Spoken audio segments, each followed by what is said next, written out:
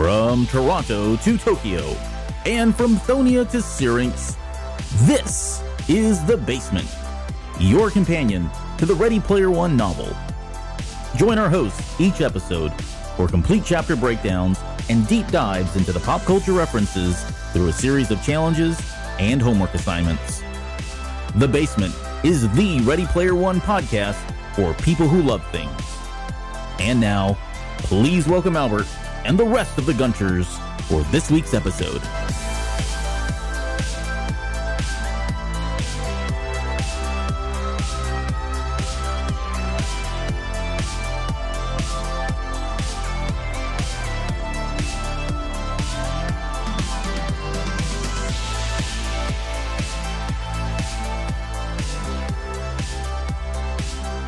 Gunchers, welcome back to The Basement and welcome to 2019. Now that the holidays are over and out of the way, we can get back on track with a steady stream of episodes headed your way. So I'm pretty excited and thankful for that, and certainly just to be back on the air. So I hope you guys are as well. So tonight we're going to be wrapping up Chapter 6, sort of. I'll get to what that means a little bit later at the very end of the episode.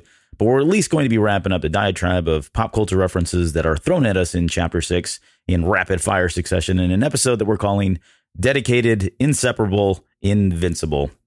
So I can't think of three better words to describe the person here with me tonight.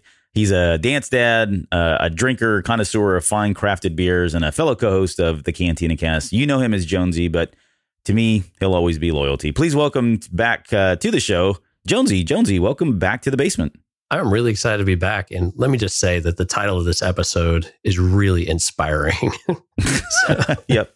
It was. It's setting expectations we're probably not going to hit. So we'll get started. And of course, we'll talk a little bit about why we called it that episode. So let's just jump into it because we've got a lot of stuff to talk about. Right. I kind of plugged this last week, and I've been throwing a lot of things at you, even on top of the homework assignments. I gave you just other things to watch and listen to just in case we do go down the rabbit hole. So a lot of stuff here. Let's jump right into it. We're going to start just to kind of recap. If this is your first time joining us on the show, we're in Chapter 6. We're kind of right in the middle of the tail end, I should say, of all of the pop culture references that Wade's throwing out from the almanac. So we're kind of coming to the end. It's a little bit unusual in terms of how we do the show. Most of the time we're talking about, the OASIS and what's going on in this dystopian world, that kind of thing. But really, because Chapter 6 just had so many references, we just decided we would do a succession of episodes just focused solely on that. So we're doing writers, directors, we're talking about video games, TVs, movies, that kind of thing. So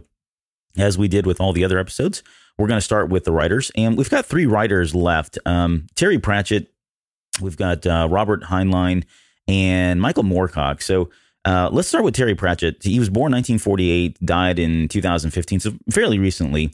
And DiscWorld was what we talked about. That's his kind of what he hung his hat on, right? This whole world of DiscWorld, and we talked about this in the Worlds Upon World episode. In total, there were 41 novels that he did, which is just mind blowing. It's incredible. Yeah, I know. I don't know of too many other writers, honestly, that have. Well, outside of like Stephen King's and stuff, but for science fiction, that's a little unprecedented in terms of how many books he did. Well, 85 million books sold over his career.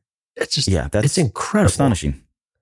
Right. And on top of all that, let's just talk about Discworld, because really the whole concept of Discworld was you had all these different kind of, it was set in a kind of a fantasy background, but it was really a parody on other fantasy realms. There was some Shakespeare mythology, talked about political issues or the political climate at times throughout all of the novels. And the one thing that I remember, honestly, and I may have mentioned on the show, I know I've talked about it on other shows or just in Discord, but at one point in my life, I was kind of a district manager for some local video game store.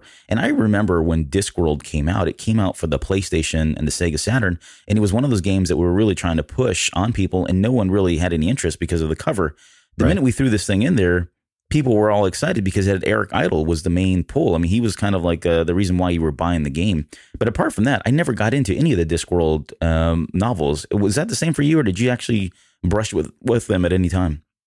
I never did. I was aware of them, but it was not anything that really came across I didn't really read a lot as a kid either. So to be honest with you, and this was, 83, I was about 5 years old. So, it was not really, it was kind of through my formidable years, but not something I was interested in doing because, of course, video games were picking up the craze by that point.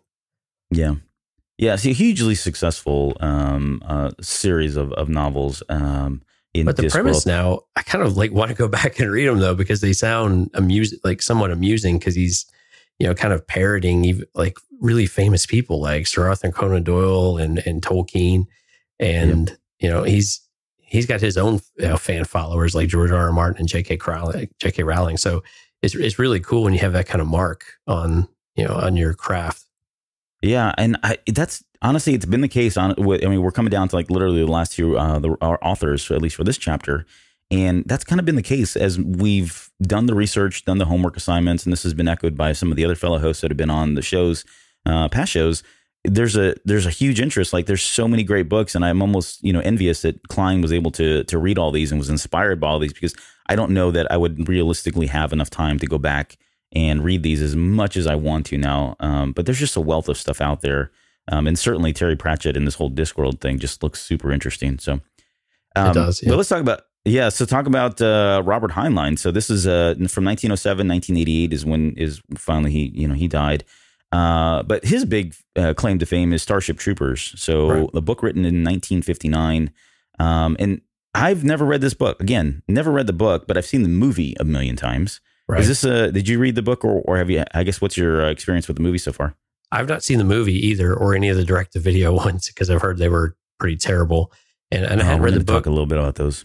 Right. But his impact on sci-fi culture and the real-world applications is incredible, though. And even if you're not familiar with his work, you're familiar with what's come after that and what, his influence on just kind of how we view space and how we view really the military in general.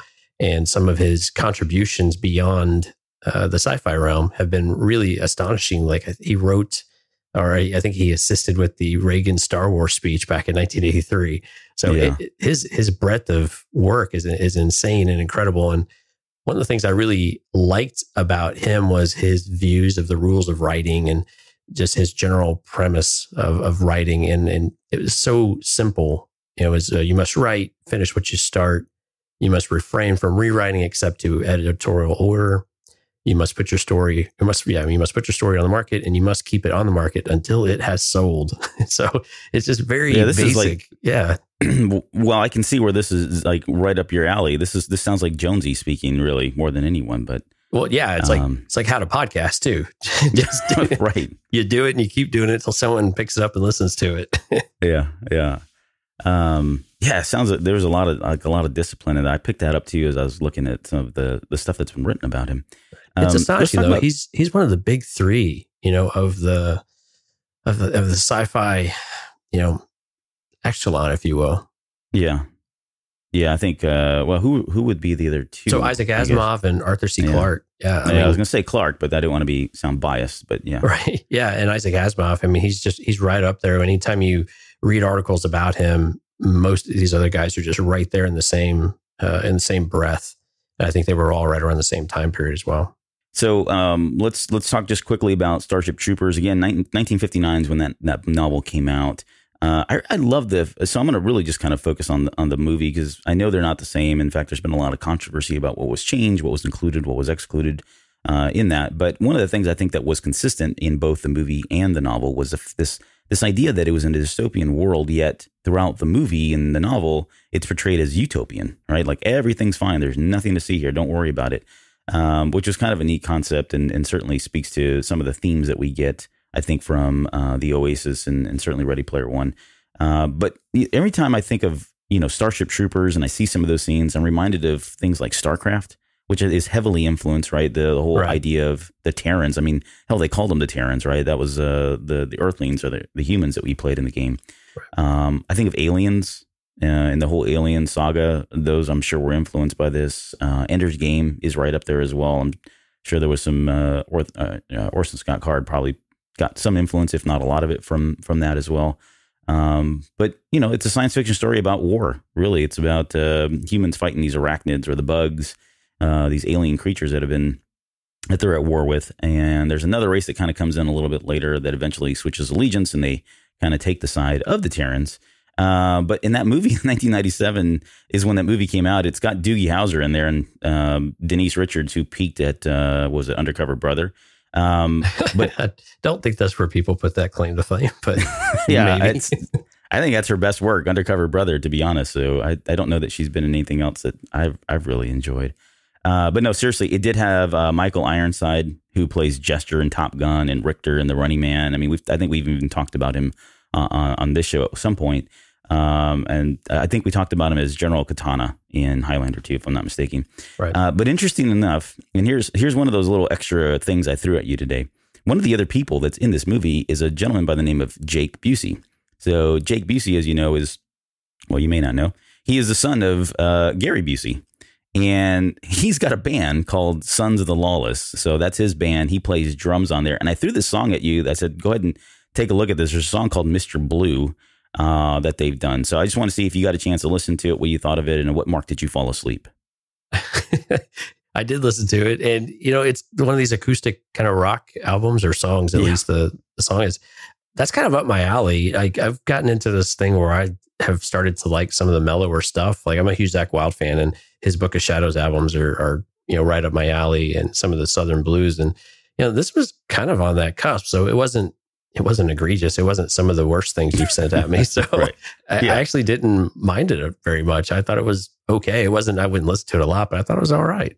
Well, I didn't get it. If you get a chance, if anybody is interested now in Jake Busey's band, there's another song they do called, I'm going to draw a frame is the name of the song. And if you listen to that song, there's some sound effects in there that I'm almost 100% positive is Pac-Man. They've sampled a sound effect from Pac-Man, and they found a way to work it into this rock song. It's actually not bad. I didn't mind that song as much. I liked it more than Mr. Blue, but it's a great song. So anyways, back to Starship Troopers. Let's talk about the direct to video, because I didn't even know this. You mentioned it, obviously, top of the show. Going into the homework assignments, I didn't even realize they had done a second, third, fourth, and fifth sequel to Starship Troopers. I've not seen any of these, and there's a reboot that's planned and underway. But right. Have you? You said you've not watched any of these since they've but come out. It's bad when they stop numbering the sequels, which I think is what they did with the fifth one. So you're in trouble if you stop numbering the sequels. Right. Starship Troopers 2, Hero of the Federation, that came out in 2004. You had Starship Troopers 3, Marauder, in 2008. And this is where you said they stopped. They just called it Invasion, right? So that was in 2012.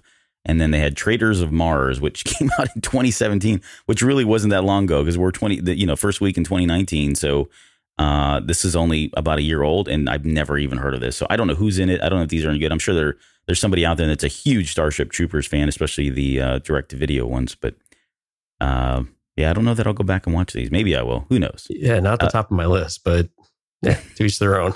To each their own. There's a reboot planned also. So I mean, this is not going anyway. And credit to the book, right? I mean, the book is by all accounts, everyone's heralded this book as amazing, and probably rightfully is.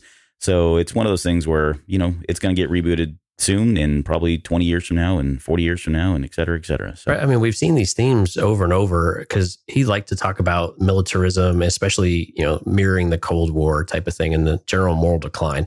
Those are things that we have talked about and seen in movies, and it's tried and true, and it works, and sometimes works a little bit better than others. But these ideas, they keep recirculating, and it's because of works like this that you can grab on and spin them in these different directions. And, one of the cooler things I think that he came up with that we still see now across even modern video games and modern movies is this idea of power armor that he came up with in the book. And we see this, you had mentioned several already, but even in like Halo and some of these other modern games, you see this prevalent. I mean, we see suits of armor all the time now. I mean, we're going to talk about George Lucas later. You see it in Star Wars. You see it in Battlestar Galactica. It's so prevalent across sci-fi in general now that one simple idea has just gone these crazy directions. And I guess so. The last author we've got is Michael Moorcock, who was born in 1938. He is still alive to this day. And as I was going through and trying to find the works, and this is what we've been trying to do with all of these, really, is try to tie this back to either Ernest Cline or try to tie the novel of Ready Player One to some of the other novels that we're talking about, and try to determine where the influences were coming from. This one didn't seem as obvious to me up front. As I started to dig into a little bit more of Moorcock's work, it kind of just hit me. But really, he's got a lot of writings out there, but it was hard to just to say, for a lot of the other authors, it was very clean. Here's their list of novels that they've done. Oh, there it is right there. It's a dystopian world. And that's probably where he got his influence. For this one, it wasn't as clear. As I started to dive into more of it, I guess this is what I came up with. And he's got this thing. He's known for the Moorcock multiverse, right? Right. And he's got this a character that's basically an eternal character. I think it's called the Eternal Champion. Yep. And yep.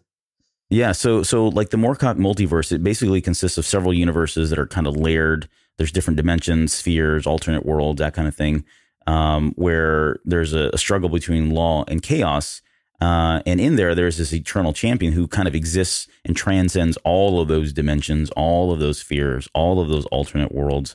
And when I read that, I thought, oh, okay, this is kind of maybe like a parallel of the OASIS itself, right? Being able to have an avatar, being able to dive into these different multiverses, multi-worlds of video games and TVs and cartoons and that kind of thing. So it was very clear. And honestly, I didn't get a chance to dive into this one as much as I really wanted to.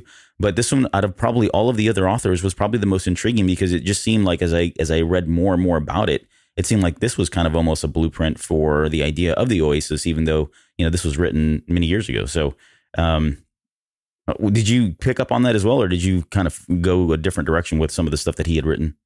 Actually, I saw a picture of this guy, and then I started reading the other things he did besides write. And this guy is like right up your alley, which is, so he's this older gentleman. He's got this really bushy beard. He's an accomplished musician. He plays the banjo. He wrote 3 songs for Blue Oyster Cult. I got that. Yeah, that was great. Yeah, I'm like, this is Albert's guy. And then he goes and turns these classic works like by Tolkien and by Robert Howard, who did Conan the Barbarian, and completely subverts them and does something like he always thought these were these cliches. And so they wouldn't call them parodies, but he just flipped them. He didn't agree with all that. And what's interesting and amusing is other writers of his, in this period, like Heinlein, he criticized because Heinlein was pushing this political agenda. So it's interesting to see these different takes on it too, of how one author can, revere these works and mold them and shape them. And another one's like, wow, that is just, aren't we beyond all this now? Isn't this a little bit too, superfluous and superficial to where we need to, do that? And now I tend to like Tolkien, and Moorcock tended to dismiss him, pretty, often. But at the same time, I think there was definitely still a revere there for him, and on some level. But the concept of multiverse was really interesting, and I did equate that to the OASIS as well. But it really it really threw me more into the comic book aspect. We see this all the time in comic books now, where you have these different dimensions. You have this variation of, it's not, you have Superman in Earth 1, and you have this other version of Superman in Earth 2, and maybe one of them's a bad guy, and all these different things. And like this really all started with him, with this really simple idea that there are more versions of ourselves, but with a completely different set of values and culture around us. And aren't you and Mike in the midst of like reading a multiverse crossover between He-Man and DC Comics? Yeah, there's one with the Injustice and in the Masters of the Universe. And it's very much like that. Is that any good? You can be honest, because Mike's not listening to this show, but is it any good? I have not actually started reading it. I'm trying to read some of the backlog first before I get to that. And that's actually still an active comic.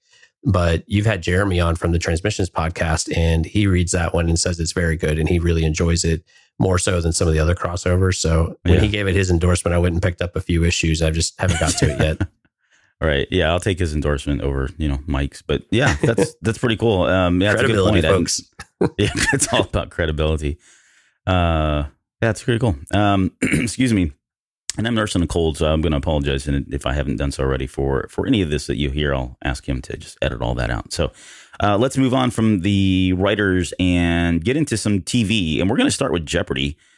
He kind of throws this comment out there it's a loose comment in the book, basically, because at this point in the novel, he doesn't mention Jeopardy as something that Halliday is watching per se. He's actually in the context of the novel in this chapter, he's talking about how video games was his big thing, and that he would, if he was on Jeopardy, that was kind of his category, right? But nonetheless, it was he name dropped Jeopardy in there. So we're going to talk just a little bit about Jeopardy. So for those of you who don't know, Jeopardy is a game show. It's been running since 1964. It was created by Merv Griffin. And it was originally broadcast during the day. It didn't make its primetime debut until January 3rd, 1974. So it had almost been 10 years afterwards before it finally made it out into primetime. It was on and off again for a few years until about 1979 when it went off the air, and then came back in 1984. And as that incarnation is what we know today as Jeopardy, right? Say you've got the three folks that come up there.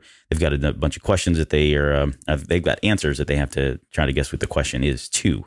Over 7,000 episodes of Jeopardy have been made. It's insane. Yeah. 33 Daytime Emmy Awards. They've got a Peabody Award, and it's now in its 35th season of airing. Wow. So is this a show that it just seems like everybody, at least in the 80s, everyone watched this show at some point. Right. And I know from time to time, if it's on, it's just one of those things where I'll just stop, catch a few minutes of it, and then roll right on. It's like, oh, hey, Alex, how's it going? Hey, Jeopardy guys, how's it going? See you're in the negative, see you're in the positive, and then I'm out. But is this something that you followed as well? I did. And actually, in our break room, we have a TV, and sometimes Jeopardy is on, and I'll sit there and watch it even today. Although it's really weird seeing Alex Trebek without the mustache. So yeah, we're going to talk about that. It's still ingrained in my head that he had the mustache, and now he doesn't. But what's really incredible about Alex Trebek, and hopefully I'm not stealing any thunder, is that his contract expires next year in 2020. He'll be 80 years old, and he still says he's only about a 50-50 to retire. He thinks he can. He thinks he still wants to keep going. He still loves and enjoys it. It's incredible the number of questions they've asked and how many episodes, and it never misses a beat. It's always there. And I thought for sure this thing had died long ago. And something interesting about Jeopardy that is cemented in my brain. So in high school, I went to high school in Connecticut. My English teacher, Mr. Curtis, actually auditioned for Jeopardy because he answers all the questions, and he was exceptionally smart, kind of a little eccentric, but really smart, knew all the answers. But when he got on stage, he kept clicking the button too fast. If you click the button too fast, you get penalized and you can't respond for X number of seconds or something. Yeah. And even when he did, then he froze and he couldn't remember the answer. So stage fright's a real thing. But the little clicker story I thought was interesting. You have to wait until the question is finished before clicking the buzzer. Otherwise, you're penalized. So did he actually, you said he didn't win anything? He did not qualify to get on the actual show. He was just in audition. Right. Yeah. So he was just audition phase. Yeah. But I still remember that story even, 20 years later. Yeah, well, that's, again, 20 years later, it's, probably arguably in its prime, right? So it was kind of a big deal. It probably still is a big deal to be on that show.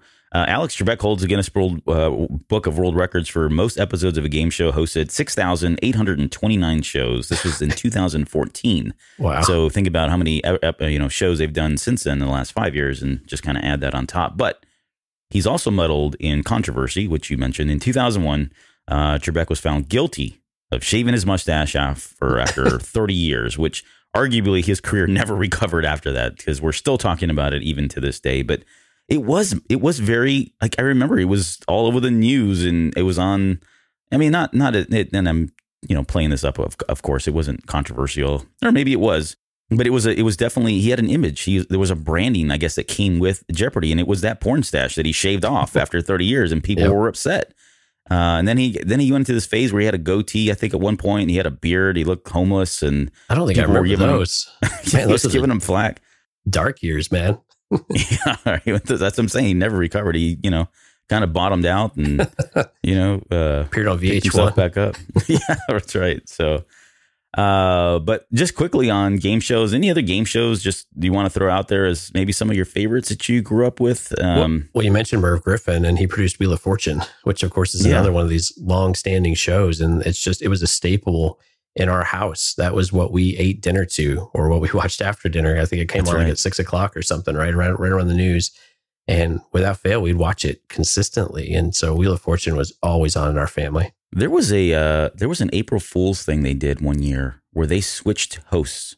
So Trebek came on to Wheel of Fortune and Sajak went over to Jeopardy. No way. And yeah, so if you get a chance, go YouTube it. You can see they've got clips out there where they kind of switch those on that one April Fool's Day. I don't know that they've ever done it since, but yeah, talk about a mind. Well, you know what? Yeah. Seeing that. Wow, that was funny. Yeah, I like that. There's the other. So yeah, I threw out Price is Right, Double Dare, Press Your Luck. Some of those are just iconic, and maybe. Remember Card Shark with the giant playing cards? Aces High. I mean, there's a lot of, and there's a whole network now that's dedicated to game shows. All right, well, I have to ask you about Price is Right since you brought it up. What's your favorite game in Price is Right? Oh, it's the little, what's his name?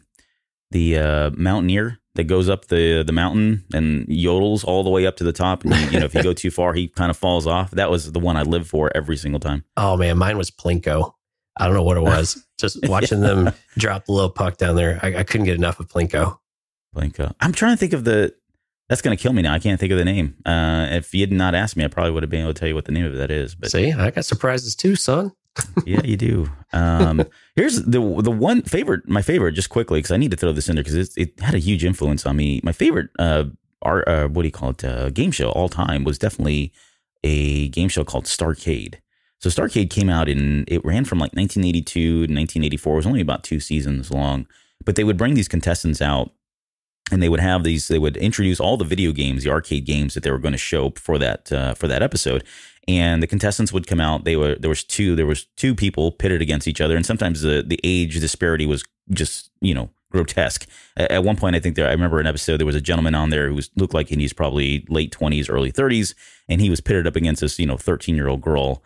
And they would ask him these trivia questions about arcade games at the time. And depending on if you got the answer right, you got to pick the game that you wanted to go play. And then they would pit the two contestants against one another to see who could get the high score. Whoever had the high score after a couple rounds then would go on to like the final championship and, win all kinds of stuff. But, think about 82. This is at the height of arcade games. Right. This was the TV show, the game show that I absolutely lived for to see. So, man, I would have loved to watch that too. I mean, that would have been right. I mean, I'm surprised that wasn't included in the book. And now and I don't know that it ever was. Yeah, you should take a look at it. I need to probably throw that in there. I'll throw maybe a links or something maybe on the Instagram page or whatever. But even to this day, go back and watch those episodes. They're fun just to see the folks playing the video games and they talk them up and all that. But anyways, that. Well, before we leave Jeopardy, there's one thing you have to mention when you talk about Jeopardy, though, and that's Saturday Night Live, because Daryl Hammond is Sean Connery, and then Will Ferrell is Alex. Oh man, suck it, Trebek. Yeah, I'll take the rapist for 1,000. Right. I'll take your mother. Oh gosh, that's swords. That's good. Made Jeopardy like famous all over again. All right, so I'm going to put you on the spot. Before we move on to Jeopardy, I've got one last thing I want to do.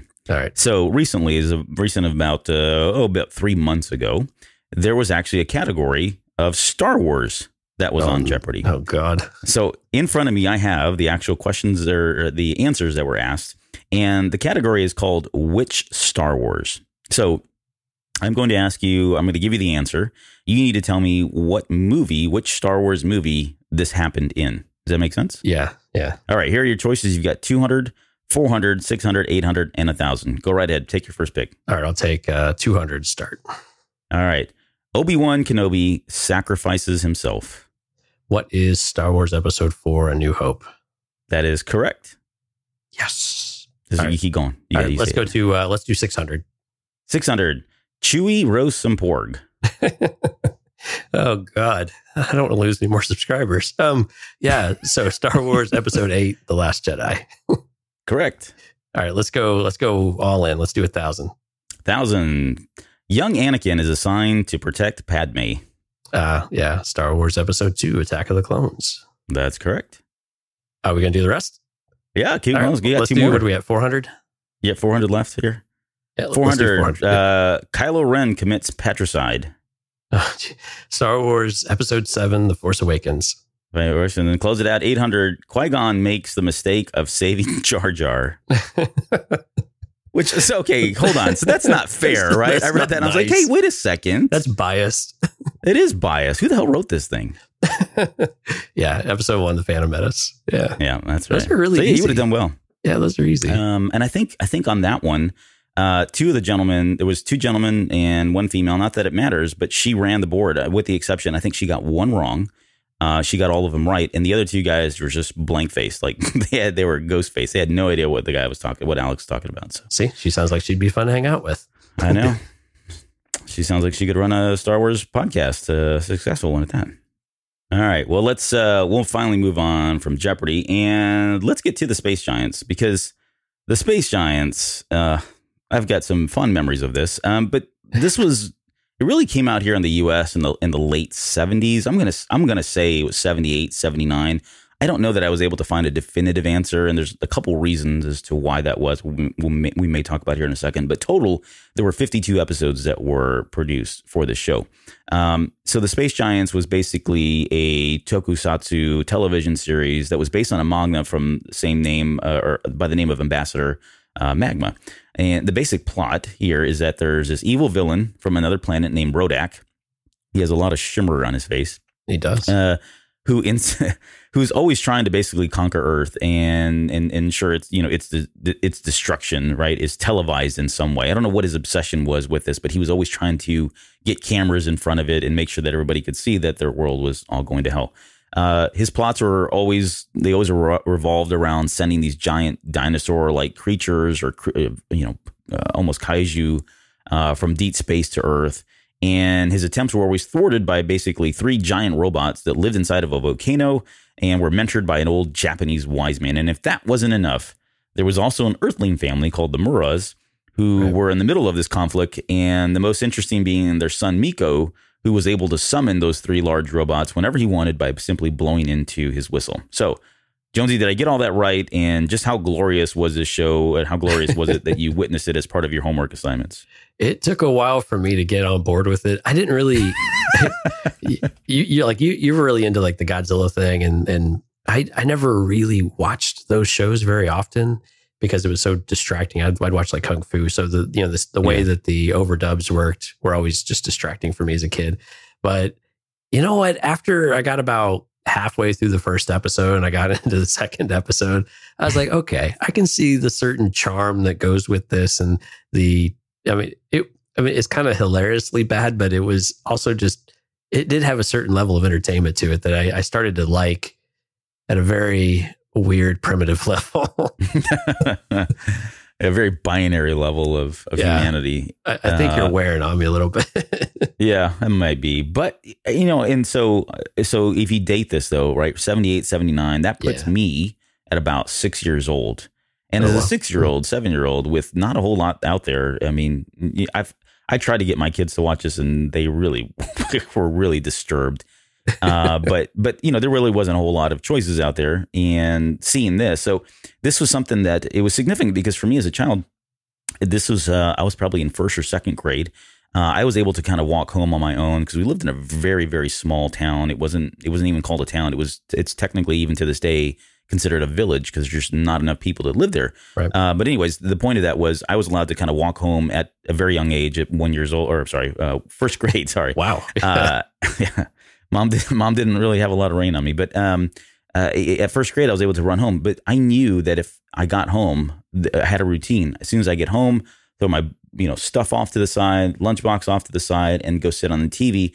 If I timed it just right, I could get home, get the TV turned on, get the little switch box on the top of the cable for the cable, get it all the way over to where I need to get to, switch over to cable, and get the show right about within the first 5 minutes. I'd always miss the first 5 minutes of it.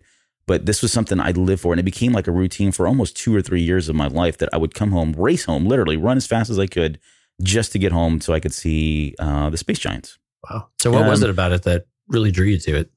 Honestly, I think it was I was really into Godzilla as well at that time.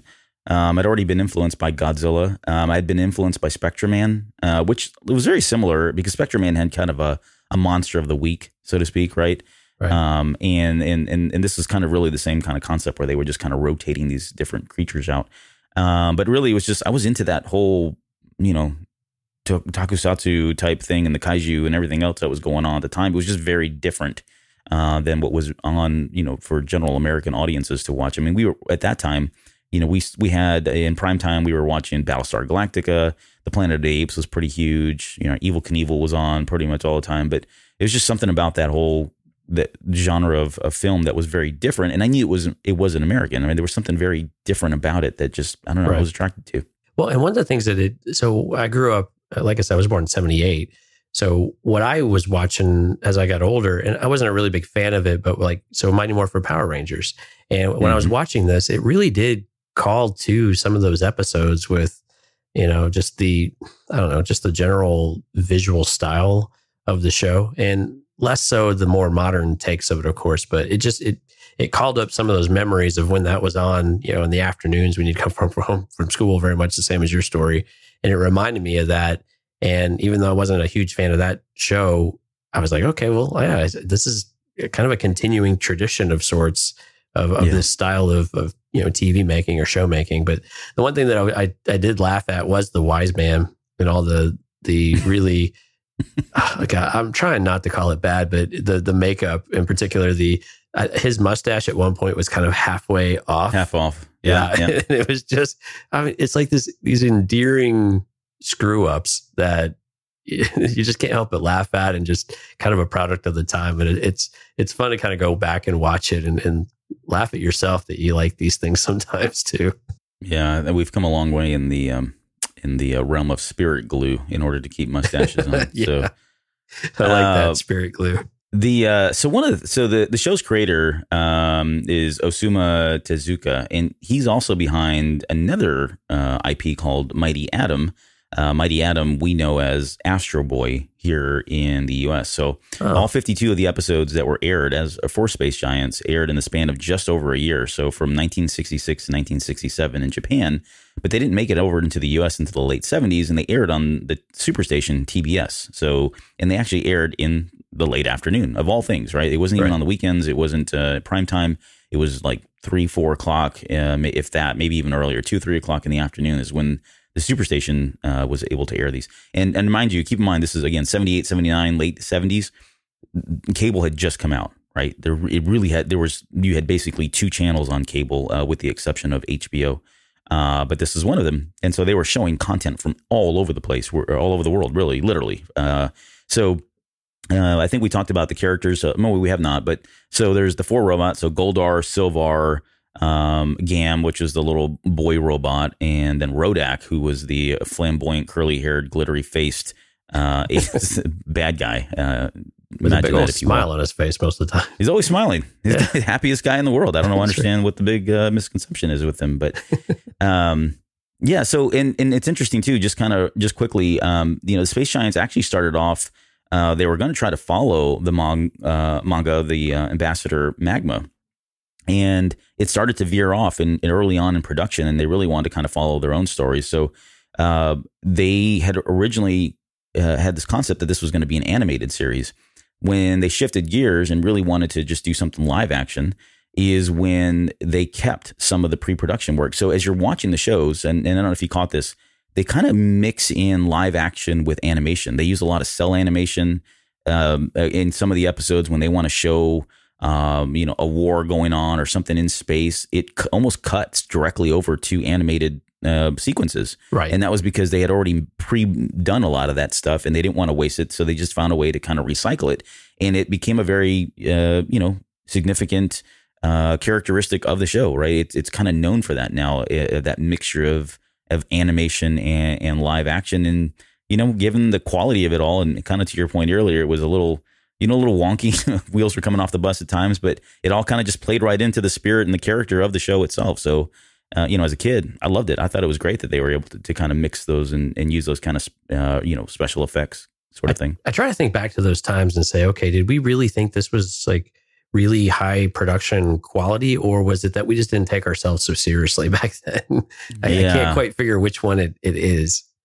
I think the bar was just so low, right? Maybe and that's not a slight. It's just, it was like, oh, it's just where we were at. Different. Right. Yeah, exactly. It's where we were at. So, Yeah. So anyways, so Space Giants, definitely one of my favorite ones. I was looking forward to talking about this for so long because there was a period of my life where, I was still very much in love with the Space Giants. I knew who they were.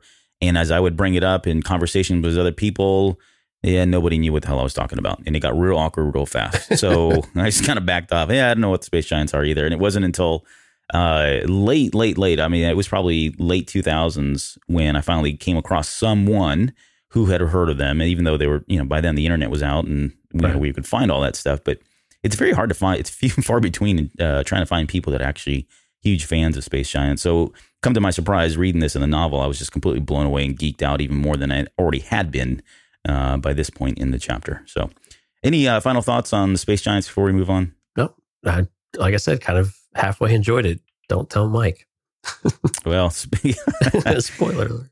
Spoilers. All right, so let's talk about another television show, and this is the Misfits of Science. So Misfits of Science is a TV show that ran on, I believe it was NBC, from 1985 to 1986. There was only one season and only 16 episodes total that were made. So this was created by James Prachett. I think that's how you say his name. He's also the writer of The $6 Billion Man, The Bionic Woman, and he was the writer, director, and producer of The Incredible Hulk, which ran, late 70s, all the way through the early 80s. It starred Dean Paul Martin as Dr. Billy Hayes. So basically, this is let me tell you about the premise.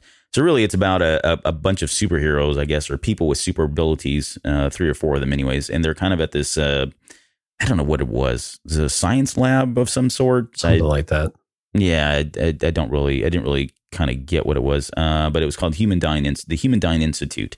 Anyways, so you had Dean Paul Martin as Dr. Billy Hayes. So this is someone who really just didn't have any powers. He was just kind of the one that was kind of one of the main characters that visionary. Was, in the midst of everything, right?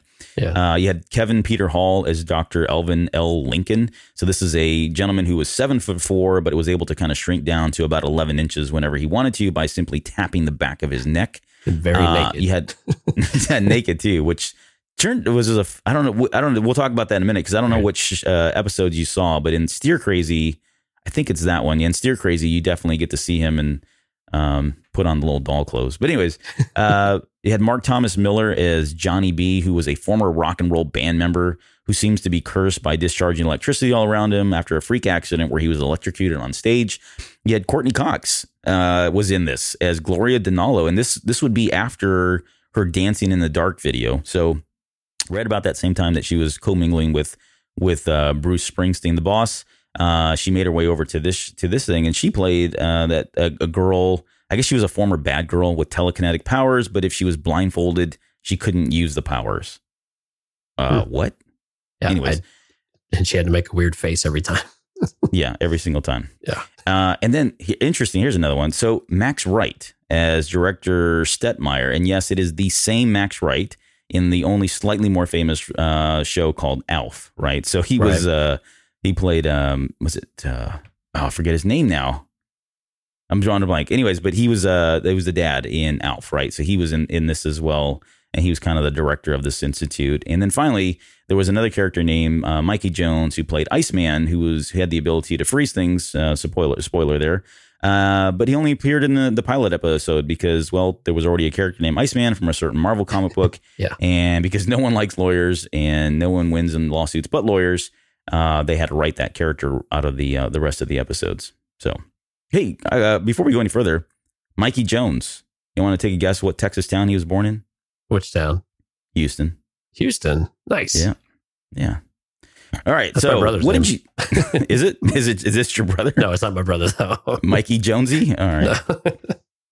No. What did you think of Misfits of Science? Yeah. So I didn't watch this when it was broadcast, but I would have been all over this show as a kid. It was a lot of, I just thought it was fun. It was a little hokey to start. I think in the pilot episode in particular, just trying to get you up to speed. It was a little clunky, but it was really entertaining. And what's kind of cool now that you're older is you see these actors and you recognize, you're like, where do I know all these people from? Because all the people you ran through, we've seen in other material. So Mark Thomas Miller was in Ski School, which every guy seems to know. you know, Kevin Peter Hall. Where was Kevin Peter Hall from? He's Kevin got two, Peter Hall. He's 2 movies. So he was the Predator, and he was also Harry from Harry and the Hendersons. Harry, yeah, that's right. That's right. Right. And then was he really 7'4" though? He was really 7'4". Yeah, he really was. Okay. And then, of course, Dean Paul Martin Jr. is the son of Dean Martin. And so it was just this, and of course, Courtney Cox. I've never heard of her, but yeah. Never heard of her. Right. And this was, I think, her third TV role, I think, officially. But it was just crazy. And then when you think about, like, Tim Kring was a writer on the show, and he later created Heroes, which borrows a lot of themes from this show. I was going to say, as I'm watching, I'm like, oh, yeah, there's that episode. Oh, there's that episode of Heroes. Yep. Yeah, he wrote episode number 9, which was surprising. But yeah, it sounds like he just kind of said, I'm going to bury this one a little bit and I'll resurface it later in my career and make millions off of it. Right. But one of the funny things, I mean, I actually laughed out loud during the pilot was when Johnny Bukowski, Johnny B, he has to get himself all amped up. He's got his sunshades on and he starts singing the lyrics to Johnny Be Good and you know, he's tearing up all the military jeeps and whatnot. And he's just singing the song as he goes around shooting lightning out of his fists. And I couldn't help but laugh because it was like kind of 80s TV at its finest, but it was, I don't know. I found myself watching it and liking it, especially the steer crazy with the old people getting some abilities too. From the radioactive burgers or whatever it was. Yeah, we'll talk about that one because I've got some other notes just from that episode alone. But before we go any further, I do want to touch on the theme song because the theme song was one of the things that when I came across this reference in the novel, I knew what he was talking about, but for the life of me, I could not remember much about the show. What I did remember was the theme song because I used to love this song, and so you can go out there and you can listen to the song if you want. Now, obviously, you can watch the intro on YouTube. All of that's already out there, but the song itself was really great, and it's sung by somebody, by the name of was it Karen Lawrence is the one that sings this. So Karen Lawrence she's actually done other music in the 80s. So I wasn't able to find this particular theme song anywhere to download or to play. But the name of the song is Feels Like Science. So if you go to YouTube and do a search for Feels Like Science, you can get the full length version of the theme song sung by Karen Lawrence. I would also recommend her 1986 album Rip and Tear, and especially a song called Is This Love? That is a great song. I don't care what anybody says. It's in my 80s basement playlist on Apple iTunes. So if you guys want to hear that, you can, but it's in there as well. So I shot this one over to you and you were like, how are we going to talk about Karen Lawrence? Well, there you go. She is the person that sings the theme songs for Misfits of Science. There you go. I should have Googled it. Yeah. And I did listen to you. You sent me a couple of songs by her and I was like, okay, yeah, this is stuff my wife listens to on 80s on 8 all the time on Sirius XM radio. So it's just, it was right up the alley. Yeah. Deep cuts, man. Like I expect to see it was number 1 for X number of weeks in 1980, whatever. No, I don't think she charted on any of her songs. I'm surprised because they weren't bad. I mean, they were kind of typical for mid to late 80s songs. So I was a little surprised they didn't chart. Let's talk about Steer Crazy because this particular episode is really bad. And what it is, it's basically the premise of the episode is there's a couple of quick shots that are kind of glued together at the beginning to give you this the context of a meteor slams into Earth and somehow I guess infects cows and creates then the cows get shredded and it turns into green hamburger meat. You've got these 3 old people that go into a hamburger place that Courtney Cox's character just happens to work at. How did we get here? Yeah, exactly. Yeah, it's like, but yeah, and this is all within the first 60 seconds, folks. So then the burgers are cooking, they're green, and they feed them to these poor old people who you get the sense they don't have a lot of money. And come to find out after they go home, they're suddenly they're imbued with special powers. Like the old man is strong. One of the old ladies talks about how she's able to see and she's got vitality all over again. And that's kind of really the premise of the episode. And I think there's a lesson in there with atomic energy. I don't know. I kind of lost interest at some point in this particular episode. But really what stood out for me in this one were a couple things. Number one, the old man is played by Ray Walston. So Ray Walston is Mr. Hand from Fast Times at Ridgemont High, right? That's the guy that Penn's with when, kind of always on Sean Penn's character, Spicoli, the entire time. Right. He plays that the old guy in here. And then I'm like halfway through this episode, and who the hell walks in but Dennis Cleveland Stewart? And Dennis Cleveland Stewart plays a Slimo landlord, but you probably know him as Leo from 1978's Grease. Yep. He's the guy that's he's in that rival gang against the T-Birds, and he drives around in that convertible that shoots fire out of the back and everything. He comes back again. I don't know if it's the same character. I think it's supposed to be a different character, but in 1982's sequel to Grease, aptly named Grease 2, he's in that movie as well. This guy can't act. He can't act his way out of a paper bag, but he's just so iconic. He's got a very specific look. He looks like the same guy. He looks like he came off like he grew up in the land of Grease, never made it, somehow inherited this like complex apartment complex, and now is the slimy landlord that's giving grief to these old people that have eaten green hamburgers. But and then the other thing is we get, and this is kind of poignant given this episode, at about the 17-minute mark, there's a David Lee Roth reference in there as well. And we're going to talk about Van Halen in a little bit. But probably the most bizarre thing is in this episode, there is a roller skating montage that happens to Steppenwolf's Born to Be Wild. And it's not Steppenwolf singing Born to Be Wild. It's some other, some other band they've brought into it. But it was just bizarre, beginning to end. I would recommend Steer Crazy to anyone that's interested in just kind of getting a glimpse or a feel for what the Misfits of Science were. So anyways, I've gone on enough. Yeah, it was such a peculiar show, but that was kind of what made it, I don't know. I don't even know what the right word is. I can't even really call it charming. It was just like this crazy laugh out loud type of experiment that, I don't know. I just kept watching it. I don't know why I kept watching it, but I kept watching it.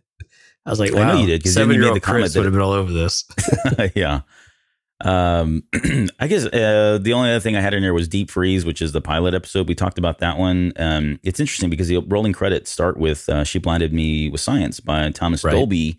And we spoke about Thomas Dolby back in episode 3 because he wrote the Howard the Duck theme song that's sung at the very end by the band Howard. There. So yeah, Howard plays the guitars.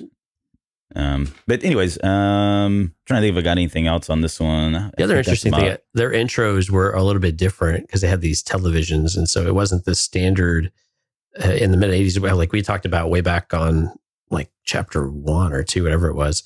The Family Ties type of sitcoms, the theme songs, and all of that good stuff. This one really didn't subscribe to that same type of standard intro, the same thing all the time, warm and fuzzies. It was just this awkward change every time, which now, we're synonymous with some shows.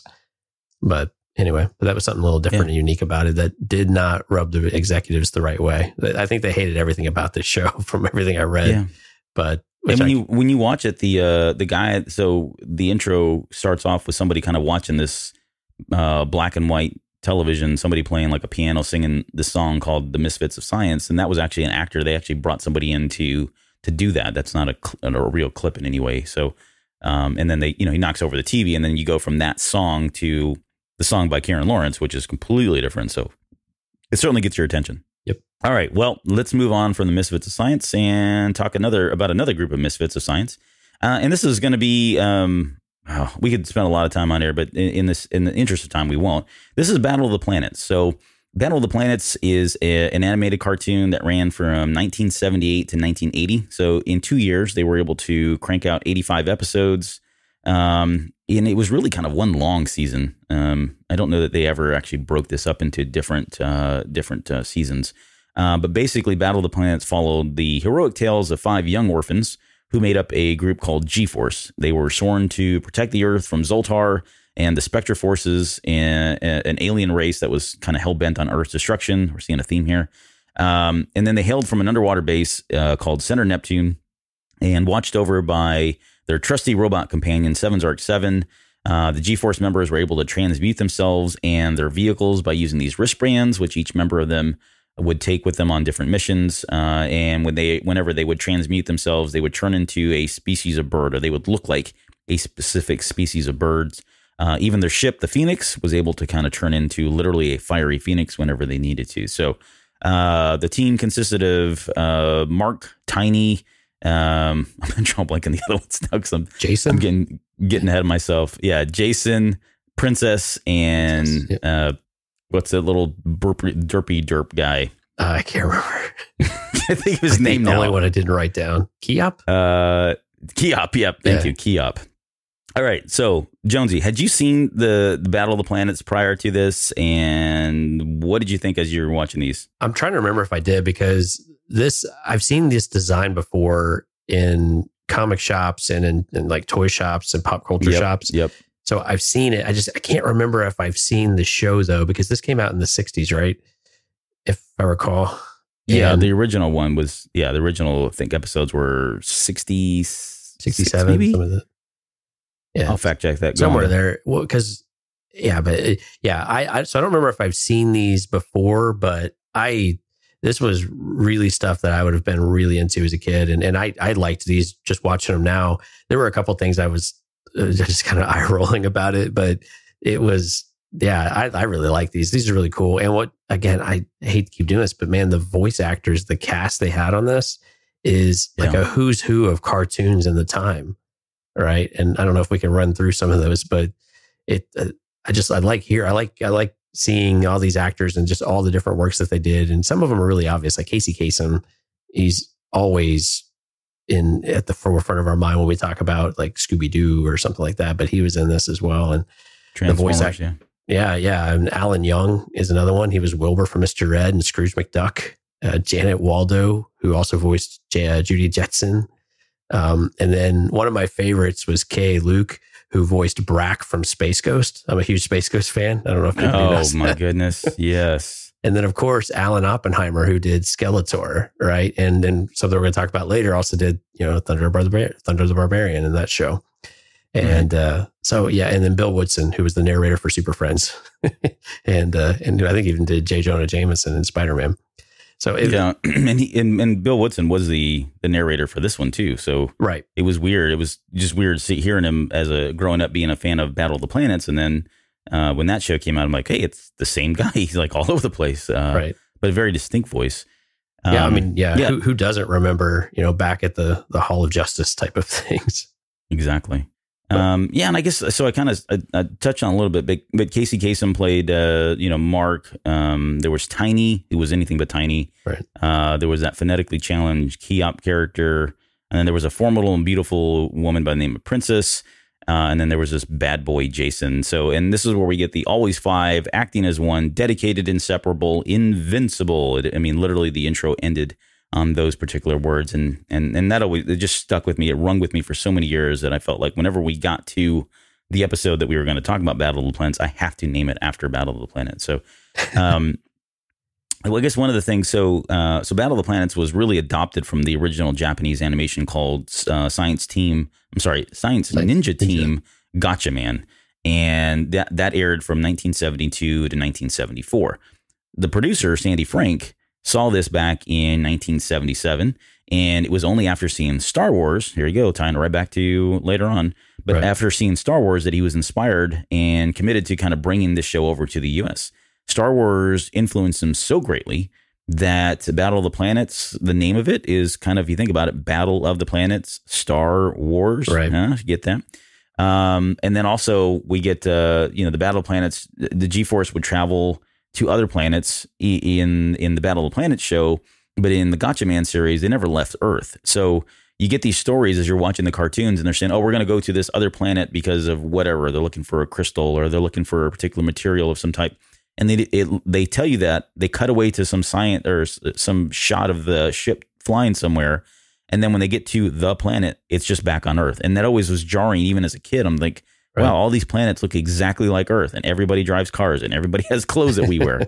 And that was why, because they were trying to kind of give you this space, make you feel like this was a space opera in some way. Right. But probably the most egregious of the Star Wars references and influence was the robot that we mentioned. So 7-Zark-7, who looks a lot like R2-D2, and has the personality of C-3PO. But honestly, not as a quite. kid, yeah, maybe not quite, but I think that was the intent. I don't know if I don't think they nailed it, but that was the intent, Right. at least, when that character was created, because this character did not exist in the Gotcha Man series. They Right. used this character, one, to kind of hook, line, and sinker those poor sap of children like myself who were really obsessed with Star Wars. Right. And I saw this and thought, wow, that looks like R2-D2. What is this? Let me watch it. But they also use it to kind of tie in and bridge some of the stuff that may have either got lost in translation or they had to rip out because it was too controversial to show in the US. So Right. to fill that space, they brought in this character of Seven Sark 7, who later on had a puppy. I don't remember what the puppy's name was now. But anyways, it was a puppy robot. But they would use him to kind of be almost a second narrator to kind of help move the plot line, what little there was, moving forward at all times. So anyways, I guess, we should probably, I'm going to mention this too. The stuff that I mentioned that they took out, there was, it was much more violent. If you get a chance and watch the original Gotcha Man series, much more violent. They had profanity. There was nudity at times, and they really dealt with transgenderism. So Zoltar, the character, looks like a female. He's got these luscious lips. He's got makeup on the entire time. And culturally in Japan, probably not shocking. They were kind of doing this long before we were. And I can't even say to this day that we probably have anything on television like this, but definitely ahead of their times. Definitely they were trying to figure out a way to kind of bring all that in and maybe pump the brakes a little bit on some of that content. And so they found other ways to do that with either Seven Sark 7 or, adding some kind of a humorous spin to a lot of this stuff. So, Right. Yeah. Because he really became the narrator for a lot of it. He was kind of the square text box in the comic book. And you're right. When I went back to watch the original Science Ninja Team Gatchaman intro, you have these kids singing, but it's much more violent than what ended up being broadcast here with these stars going in and actually it's not as graphic as maybe some of the episodes were, but you definitely get the idea that they're, killing something rather than just, kind of like the G.I. Joe mentality if everyone jumps out with a parachute, right? But yeah, so there was some nice differences there. But Seven Sark 7, oh my goodness, this guy, this droid just cracked me up. And it was his interactions with Susan, because I've never heard in all my life, I've never heard a robot get turned on so much. It's creepy. Dude, all the suggestive comments were just like, it almost got uncomfortable at one point, just the way that he was addressing and like the thoughts he had about Susan. And oh my goodness, it was. at one point, he was so daydreaming amazing about her, was he not? Oh, he was. Yeah, like the robot equivalent of a wet dream, I think. And it was incredibly funny. And this was in a Swarm of Robot Ants. So highly encourage everybody to go watch Swarm of Robot Ants on YouTube. You can find these all there because it was just amazing. You will crack up laughing. And I don't know, a few of our weird guys over at Earglue Media will probably have some different reaction to it. But oh my goodness, I loved it though. It just cracked me up. I couldn't get enough. I made in that particular episode, a Swarm of Robot Ants. I took a clip from, when they're at the disco. Right. I don't know what, I was into disco as a kid, shocker, right? But anyways, there was that when I remember this episode specifically just because of the music, and I thought it was cool, and because Susan was dancing with Keop the entire time. And so I actually made a clip of it the other night, and I actually released it on Instagram. I didn't mean to. I'd made the clip, and I didn't mean to release it, and I did. And I had a couple people comment. I pulled it down, but I will push that out later this week because there's just, I don't know. There's something about the song that's playing, something about the characters, the lighting, everything. It's very 70s. It's very groovy, I guess, even though that's not really synonymous with disco. But anyways, yeah, that's another fine moment from that particular episode that I've always liked. Well, they had this other thing when they activate their special power. Part of their special power is to activate disco music, and I think in one they were flying around in cartwheels. So I mean, they were literally doing weird air cartwheels, flying around, and I'm pretty sure that I think this was an Awesome Ray Force. So I think it was the episode name, and I am pretty sure the flying around in cartwheels was the special power for that episode. Yep. And what's really interesting is if you go watch the intro to each episode, they basically give the story away. And often they even more or less tell you what superpower they're actually going to bring to the table for that show. Yeah. There were no secrets. There was no mystery about what was going to happen. It was very straightforward, but what I liked about it though is that I watched a lot of Voltron when I was a kid, and this kind of brought me back to some of the Voltron things that were interesting, exciting. I mean, clearly very different franchises, but just the general premise and some of the ideas behind it were a lot of fun and reminded me of that. And the one thing I didn't like about it though, man, Mark would not give Jason a break. Man, I mean, he was kind just of a jerk. He was. I mean, no, Jason was a hot shot and kind of a loose cannon, but it was like any chance they get to smack that guy down, they did. And I felt bad for the guy. He's just misunderstood. He needed opportunity, but yeah, I don't know. He was a bad boy. Yeah, come on, Casey Kasem, man. Jeez.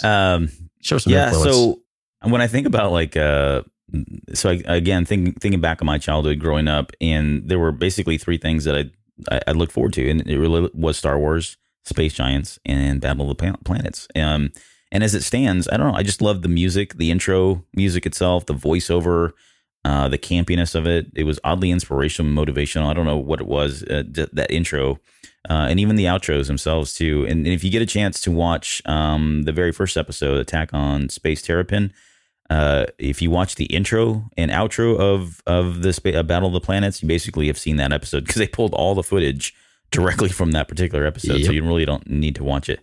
But probably the coolest thing of all of, I mean, there's a lot of cool little features throughout this whole series, but I always liked the way the G1 ship would dock inside the Phoenix. So they had this G1 ship. It was like a smaller ship, and it would kind of almost park into the back. Think of Knight Rider when it goes into the trailer, when it's kind of doing that, for just as another 80s reference. Right. But basically it would kind of go in there, and the fin on the G1 would become the fin of the Phoenix ship, which I always just thought was so cool. Freaking cool that they would dock like that. And there's some great toys. I mean, like you mentioned earlier, before we came on the air, we were talking about some of the busts that have been done for some of these characters. I think you sent one or put one in Discord the other day of Mark, and it was like $850, but it looked amazing. I mean, the level of detail was just insane. It does. I mean, when they get lighting aspects right on some of these toys, or these, I guess it's more of a statue, man, it did look sharp. And I mean, there's a cheaper version for $800 instead of $850, I suppose, but it was really cool. And I'm surprised you didn't pull the trigger right away. Yeah, no. It looked good. It looked really good. It does. So I guess last question on Battle of the Planets. If you, I guess if you could pick any bird to be your spirit animal, much like the characters of Battle of the Planets, what bird would you pick? Oh, Phoenix, dude, man. You could turn yourself on fire. I grew up an X-Men fan though too, so there's a certain place in my heart for for the Phoenix. So it's, gotta go with that. I don't know. What would you be? Well, I've always liked owls, but then I get stuck with Tubby over here, Mr. I never liked him. I thought he was kind of a nice guy, but he was always he came across as really dumb, and because of the way the character's portrayed. Yeah. Even when he speaks, he comes across as just kind of a numbnuts. But yeah, I guess an owl would be my spirit animal. All right. Well, enough of Battle of the Planets. Let's talk about another cartoon. This will be the last television thing we've got. Yes. And this is Thundarr the Barbarian. Oh, yeah. I loved Thundarr the Barbarian. Great. So Thundarr the Barbarian, 1980 to 1983. It was only on for 2 seasons, which was surprising because for me, until I had gone back, and I've seen episodes since then, but I've never really kind of dove into and sat down and watched the entire series. It seemed like it was more than 2 episodes growing up. I don't... Yeah. Well, I think that was because you had the Hanna-Barbera. 2 seasons. We had the Hanna-Barbera hour or like slew of shows. Was that on like TBS or something like that? Where they just had... Yeah, where they were showing a lot of the older cartoons. Yeah, and they just did them back to back to back. And Thundarr the Barbarian was a staple in that hour or 2 hours or whatever it was. And so you're right. It seemed like it was always on. It just seemed like they had countless episodes. Yeah. So 2 seasons, 21 episodes only in total. It was created by Steve Gerber, Joey Ruby, and Ken Spears, voiced by Robert Wrigley as Thundarr the Barbarian, Henry Coden, who was known for Flintstones, Jetsons, a number of other ones, plays Ookla. I think you mentioned a couple too. And then Ookla was a monk, and then you had Nellie Bellflower, who was Princess Ariel. So the cartoon was really... You forgot one though, Albert. Who was the narrator? Wait. Let me think. Tuffold, yeah. But what was he known for? I'm trying to. That's what I'm trying to remember. What he was actually otherwise known for. Right. Nope. Danger Will Robinson. He was the robot from Lost in Space. Yeah. I didn't put that together until I started doing the research. Yeah, and Henry Corden was Fred Flintstone after Alan Reed had died back in the 70s. Now that one stood out. Josie and the Pussycats, the Adam Ant Show, Johnny Quest as well. He was in there. Yeah. But the premise of Thundarr the Barbarian, it's a cartoon about a post-apocalyptic tale set in the future. We're in 1984. So remember, this is in the 80s, and 1994 seemed like a lifetime away. Basically, a rogue planet flies by in between like the moon and the Earth. It splits the moon in two. It causes the Earth to kind of undergo some radical transformations with its climate, and opens the way to, quote, savagery, super science, and sorcery. Mm-hmm. So this was a way for them to kind of have all those three elements in this, post-apocalyptic type world. So quite the combo. But the cartoon itself, what's that? Quite the combo. Yeah, right. That doesn't get the trifecta here. But the the cartoon itself takes place 2,000 years after the events of 1994, which places it around 3,994, give or take a year. That's how you do it, friends. You put it 1,000 years in the future, not 20 or 30. Yeah, go way out there or way back, as in Star Wars: The Old Republic. But so at the time this was released, we were in the midst of a number of post-apocalyptic settings. We had like Mad Max in 1979. You've got Road Warrior 1981. I think of like the tabletop role-playing game Gamma World was out on shelves, which was very similar in nature. You could throw in Escape from New York, Planet of the Apes, right? And really, this was a show that they were trying to combine elements of like Conan the Barbarian, but more of a Tarzan twist. In fact, it was dubbed by Ken Spears himself as Tarzan in Outer Space. That's kind of what they were going for. And Ken Spears, being one of the producers of the show, was hugely influential. There's a great video out there. I'm going to draw a blank on the freaking name right now, but there's a kind of behind the scenes making of that's out there, where it's got a lot of Ken Spears, Joey Ruby, and Steve Garber kind of talking about this particular show and what they were trying to do. And really, they were aiming this show at older audiences. They weren't targeting the younger kids. And I think that's part of the appeal. It looks like it really was something they were trying to market to anyone and everyone, rather than trying to be real campy or go after, just a specific child market, so to speak. And in the end, the show was canceled because it was deemed too violent. And that's why we only got 2 seasons. But it did seem like it was longer. So kind of the staple question, standard question: did you grow up watching this? And if not, what was the experience like being able to go back and watch some of these episodes as part of the homework assignment? Oh, I absolutely watched this one. I remember Thundar's sun sword, the hilt, basically attaching to his bracelet or whatever it is. Yeah. And I remember Ariel, the princess, and Ookla. And what was interesting, doing a little bit of research to get a little deeper into it, was to, again, bring it back to Star Wars. Ookla was designed to be the Wookiee-like character for the show. I mean, that was the idea behind it. And it just shows you the influence that series of films had on practically anything in this genre, and anything that even remotely wants to touch it. And they've all wanted to capitalize on it. But I liked it. I mean, where else are you going to see the Alamo on TV? When I watched that, it's really funny. Like, some of the imagery at the beginning is what I remember the most. The intro is just one of these really memorable ones, and seeing the moon cracked in two. I remember watching that as a kid, and it was just blew my mind that anybody could survive this, and what does this world look like? And they did a really good job of like painting where humans are at. What I didn't like as an adult was all the back and forwards in time. I was like, no, just stay where you're at. Like, just have the story here, because this environment's really cool.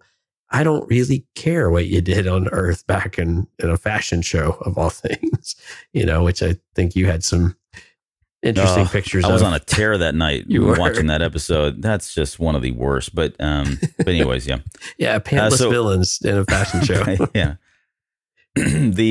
So as part of the homework assignments, we threw out a couple of episodes. So Secret of the Black Pearl, Portal in Time, and Prophecy of Peril, which, because of time, we're probably not going to get into all of them. But Portal into Time, I picked that one specifically because it was set in, it takes place in San Antonio. So that was kind of one of the trademark things about the show is that every episode they would, not every episode, but most episodes, they would try to find a particular city that was of interest, a real U.S. city, and give you some imagery so that you could kind of see that and go, oh, wow, that is the Alamo right there. And that's what happened. And I picked this one because we're two boys from Texas, and I grew up in San Antonio. And so when that episode aired, it was like, just, I don't know, it was even more mind blowing because I was seeing where I lived at the time when the episode aired. So it was very, nice. Very shocking. It's rare. You don't really get San Antonio brought into much stuff. But what was the most Cloak and amusing? Dagger. Oh, yeah, true. Yeah. But what was really funny and cool, though, is Princess Ariel saying, "Remember the Alamo." I was like, that's not terrible. That's not how we say it. I'm trying to think of other things now because you said that. Pee-wee's Big Adventure, and that was in San Antonio. That was, yeah.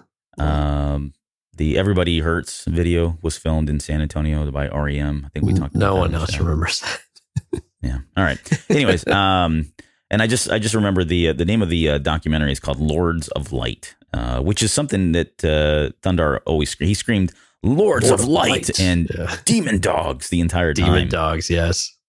So, God, which by the way, I love cartoon swearing. Yeah, right. Yeah, they can get away with anything. That guy had a potty mouth because he said it at least 4 or 5 times throughout the episodes. But it's so funny because as I was, just perusing through the internet looking for Thundarr related stuff, I came across a band called Thundarr, and they've got a song called Demon Dogs, which is a great song. Crowley Thinks Differently. I'm sorry, not Demon Dogs. Prophecy of Peril, which is the name of the episode, one of the episodes we watched. And I threw that out there. I actually kind of dug this song. I thought it was pretty neat. Yeah. Had a good rock line. And I don't know if these guys are like, they're called Thundarr. The name of the album is Demon Dogs. And that particular song is called Prophecy of Peril. So, I mean, I'm no rocket scientist, but I'm pretty sure I got where they were coming from here and what they were where they got the names for all 3 of those. But I think they might be fans. Yeah, they just might be fans, I guess, is where I was going with it. So if you get a chance, go support them. Prophecy of Peril is a song. Maybe I'll throw a link in the show notes for anybody that's it's kind interested of hard rock, heavy it. metal type thing. Yeah. You mentioned the Sun Sword. That's basically the lightsaber. Right. But yeah, I don't know. It was a great cartoon. And again, I really wish I had more time to go back and watch a lot of these episodes. But there's, I guess, one last thing, and that Prophecy of Peril one, because I'm going to pick on that one the most, because the whole premise is really kind of bizarre that they would go back to a fashion show and get somebody and pull them into the future and all that. But the planet that they're talking about is Endor. Did you catch that? No, I did not catch that. Yeah, it's named Endor. And if you go out, they've got a wiki for everything, but they do have a wiki for Thundarr as well. And if you go out and look for it, it is spelled Endor, Endor. So they I don't know if they just took it right, because Endor Return of the Jedi didn't come out to 83. The show ran until 83. So, and this is one of those, this is a season 2 episode, 8 episodes. So timing wise, they may have been right around that time that they would pull it, but I'm just surprised that they kind of went with the name of Endor itself. Yeah. They just snuck that one by. One of the other things I thought was really cool, though, before we leave Thundarr, was that Jack Kirby worked on the production, a lot of the pre-production artwork for the show. I saw that. And of course, Jack Kirby's a legend. Influence almost too. What's that? I said you can. I can see the influence in the animation and the artwork. Yeah, absolutely. Especially like Ookla of all characters, the way he's got a very interesting design. Even though, and they were very conscious of the design too, because not only did Ookla look different, but his stallion, what he rode on, had looked very different, right? It was very similar, I guess. There was a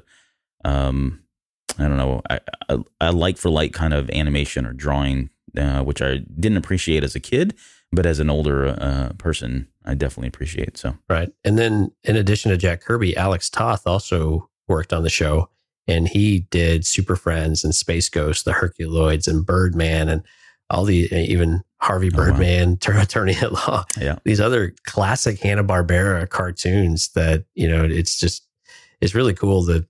I mean, this was pretty prevalent in the 80s, where you just had the same voice actors working across multiple projects, and you had the same artists and teams kind of working on them. But it's just cool to say, look at these people and all the different works they did, and how much I don't know how much at least I love and really enjoyed a lot of these works, even though I might look at them back now and think a little differently of it. But like I said, I watched a lot of Herculoids too. for some reason. That one was a little weird. It tried to be too Thundarr-like, I think. But they made slingshots cool, though. They did make slingshots cool. As cool as slingshots can be, I suppose. That's probably fair. Yep. All right. Well, we'll move on to music. So we've got two bands that we're going to be talking about tonight. So the first one is a band by the name of Devo. So Devo started in 1973. They are still active to this day. The band was originally started by Gerald Casale, Mark and Bob Mothersbaugh, Josh Freese, Josh Hager. There's a couple other ones that have kind of come and gone over the years. But really, when I think of Devo, I really, apart from the Energy Domes, which we'll talk a little bit about, apart from the Energy Domes, to me, they were the band that was really new wave. Like when I think of new wave, I think of Devo.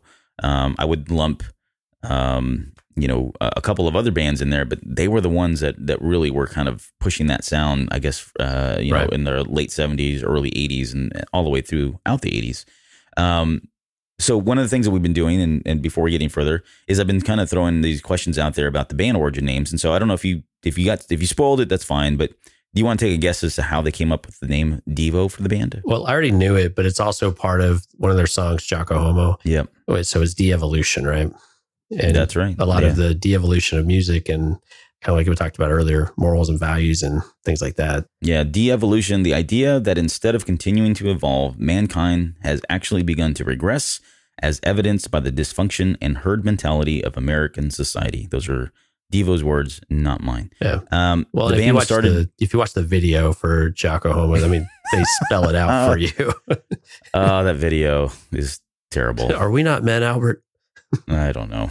I don't know what I am after watching that video. Honestly, it's very interesting. With the socks, with the stockings over their heads. Yep. Oh. And then the chimpanzee and gotta love the 80s. Going on. But anyways, so the band was started by Gerald and Bob Casale back in the 1960s. Once these guys met up with Mark Mothersbaugh in 1970, they then met up with former band members Rod Reisman, Fred Weber, and officially became Devo in 1973. And very early on, you got a sense of what they were going to be all about, just because of that video that we were kind of talking about. There's a video called The Complete Truth About De-Evolution. If you get a chance, go out on YouTube, look it up, spend some good quality time taking it all in. You'll hate me later for doing so. Pretty long video too, isn't it? It is a very 10 or 15 minutes, yeah. Yeah, and they did this as one of the very first things they did in their career was crank out that video. That's bold. Yeah, it's very bold. That's a good word. So the homework here was to kind of listen to the greatest hits and pick 3 songs that you felt like were your favorite songs. So first off, were you able to listen to the greatest hits? I listened to the whole album while wrapping Christmas presents. No, did you? All right. Yeah.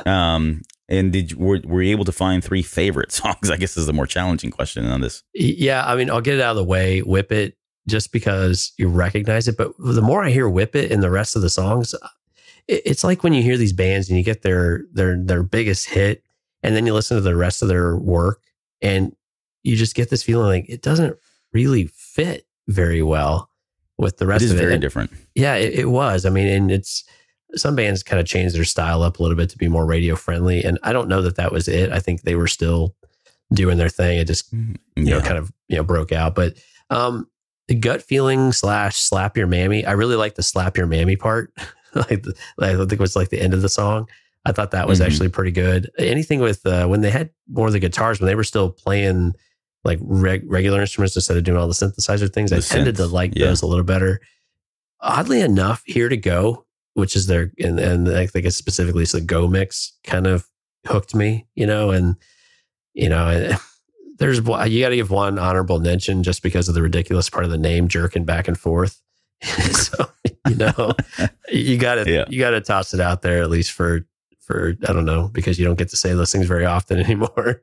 And then oddly enough, like Jocko Homo gets kind of an honorable mention as well, because the hook is pretty catchy. The song gets stuck in your head. It does not come out. And that's the thing with these songs is like, they are so repetitive. And that's the thing with new wave. I mean, that's the whole idea, and like kind of precursor to trance almost, right?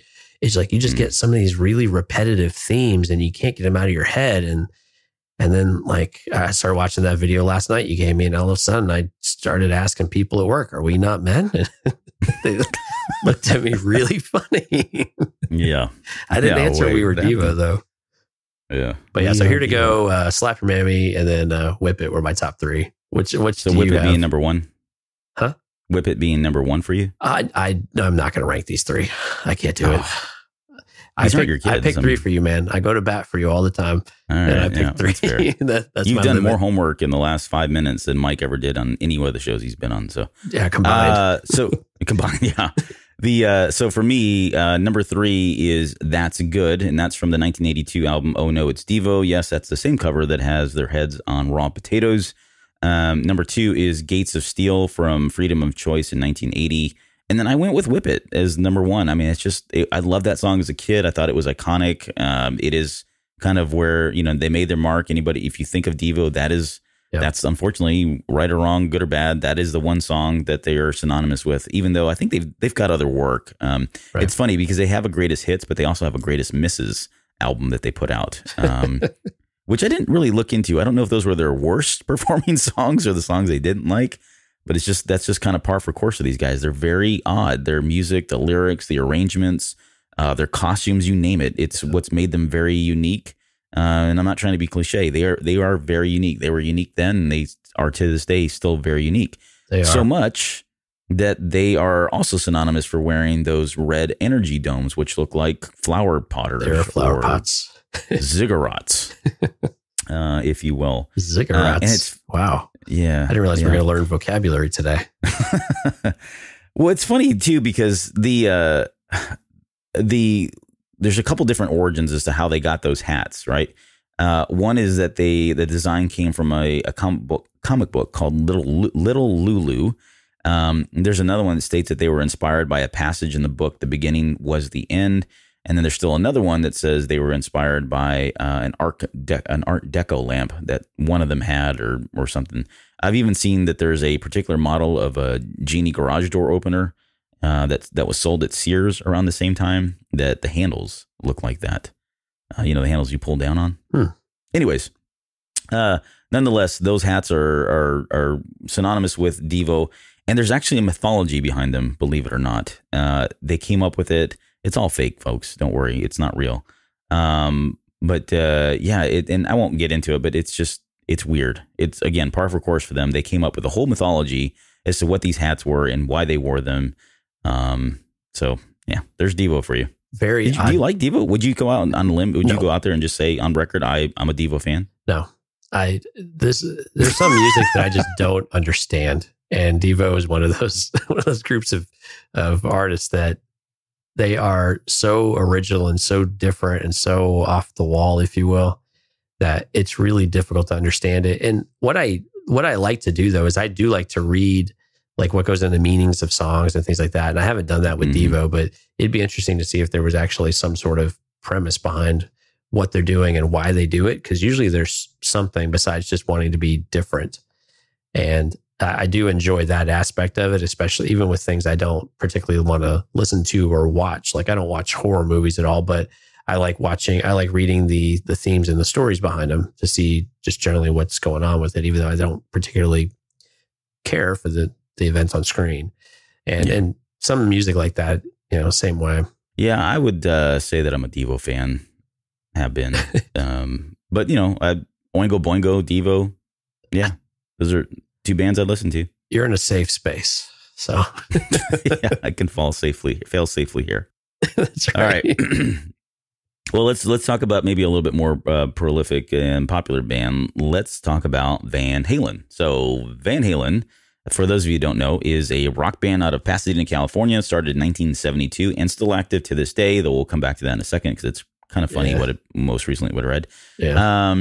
And for those of you that are unfamiliar with the roots, they're basically a band that rose to monumental success in the early 1980s, particularly after the release of their album 1984 in the year 1984. Over the years, they've had a pretty small cast of members, really, of band members, given how long they've been around. But really, this all started with Alex and Eddie Van Halen in 1964. Their original band name was the Broken Combs. Other band names included Genesis, no, not that Genesis, Mammoth, and the hugely popular the Trojan Rubber Company. So yes, thankfully they stuck to Van Halen. And so they, after the Mammoth, which I think was the final band name before they landed on Van Halen, have you want to take a guess as to why they're called Van Halen? That's their dad's name. Yeah, that's right. That's right. This one's named after your dad. But it's funny too, and I don't know all sides of this story, but I did read one thing in there where I guess David Lee Roth claims to have came up with the name Van Halen, and not their surname, but just the fact that, hey, let's do it. And it was because I guess he was influenced by Santana, right? At the time, he wanted a band name that was kind of a one-word, quick phrase kind of thing, and he said Van Halen sounds edgy. Let's roll with that. Just use your name, and so that's what they did.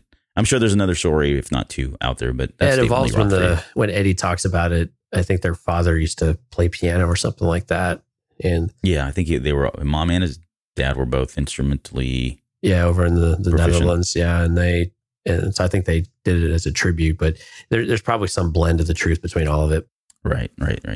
It's funny how David Lee Roth, I never really read much about how they got together. But it sounds like they just rented a sound system. Like this dude was out there and they rented it from him and got to know him, and he wouldn't join the band for still a few more years.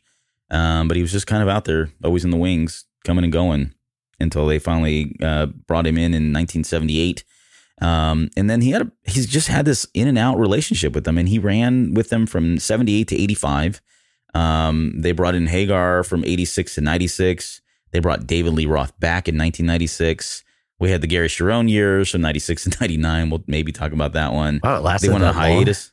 It was one album. Yeah. I think it was Van Halen 3 that Cherone was on. Right. But yeah, it was 3 years. Because you think about it, they did the album. They brought him in, took some time to record the album, released the album, toured with the album, and then he was out.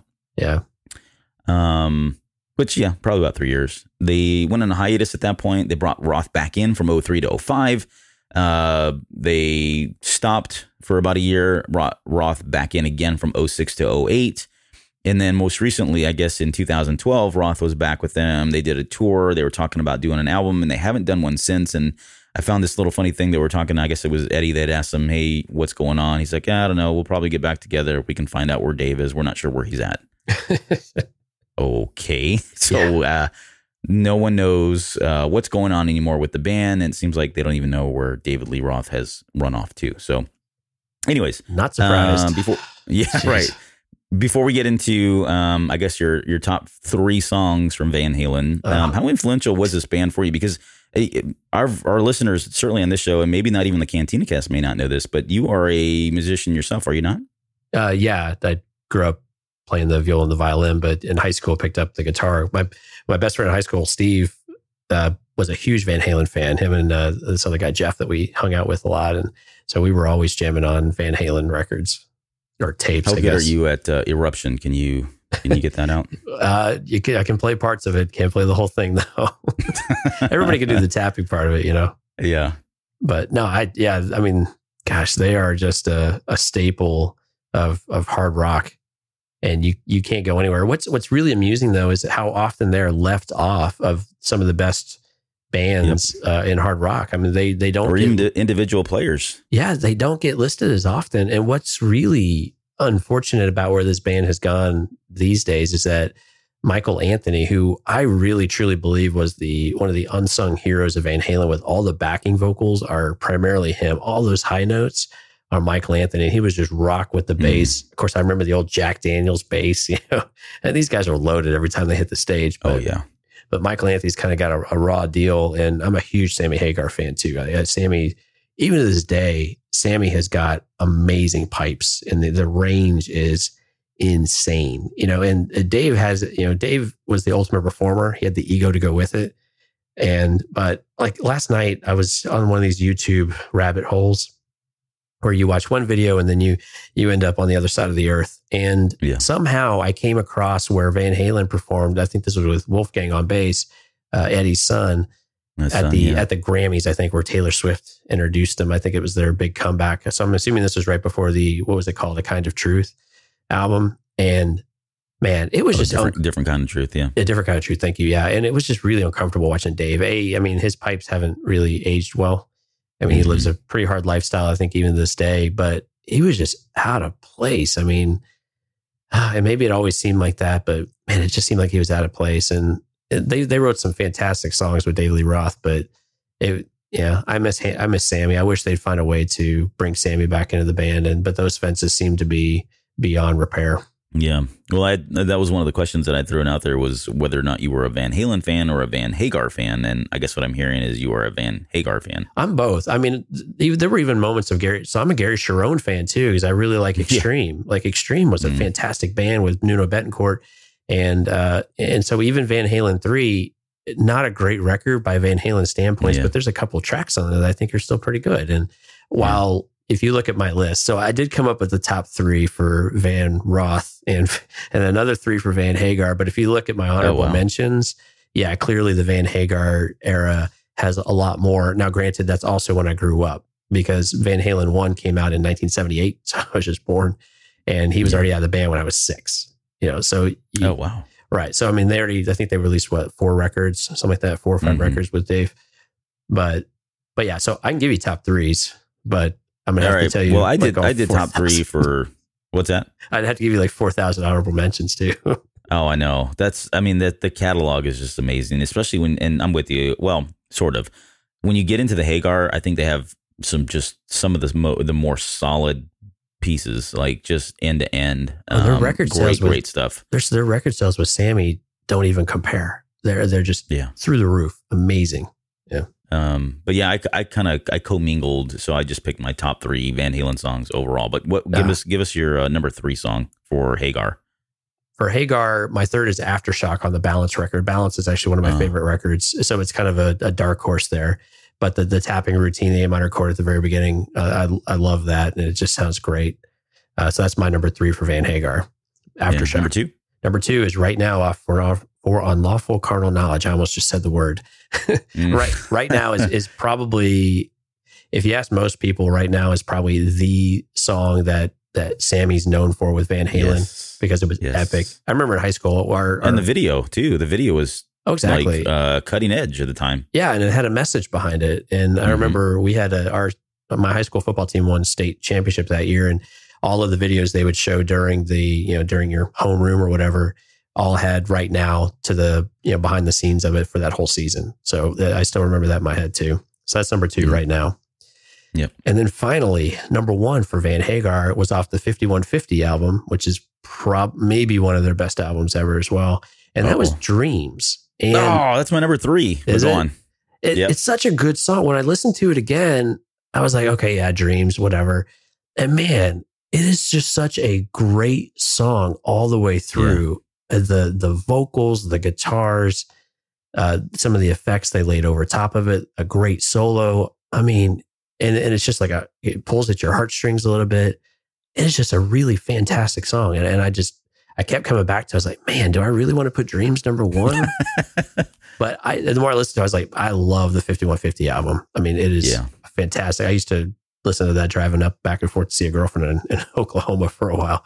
So I got real familiar with 5150. Yeah, that was my number 3, and for very, I guess, more simpler reasons than yours. It was, to me, like when I think of music, I think of rock and roll, especially during the 80s.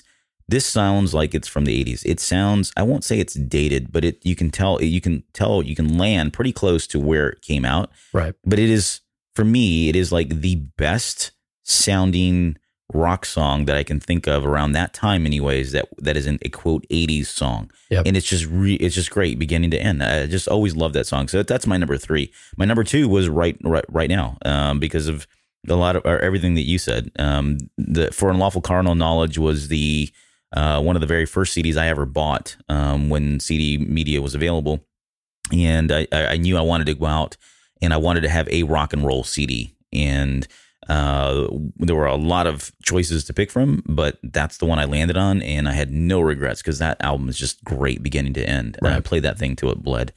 And then my number one, and I co-mingled these. So I've got 2 Sammys in there, but my number one by far is Jump. It's always been Jump. It'll never be anything different. Because I thought we were friends. I know you thought wrong. I've been so nice. This was a time, so off 1984, when that song was played at every roller skating rink. And when it came on, it was just like, oh, I got to get out there. This is my jam. I got to get out there and start going in reverse and all that. But it's just synonymous for me with roller skating. It's synonymous with me with MTV coming out. This is very early on in the MTV years, this video itself. And then also like arcades, right? You'd go into an arcade, hugely popular at the time. And inevitably there was Journey playing, and there was Van Halen playing, and there was Cyndi Lauper playing. There was Madonna and Michael Jackson, right? These guys were all just being recycled every 5-10 minutes at the arcades. And so it's just, again, a lot of my number ones are maybe not always because of the best pieces artistically, but there's certainly a lot of emotion, a lot of feeling, a lot of memories that are kind of tied to them. And so for me, Jump is where it's at. Right. So I did have as an honorable mention, Everybody Wants Some from Women and Children first. Yeah, it's a great song too. Yeah.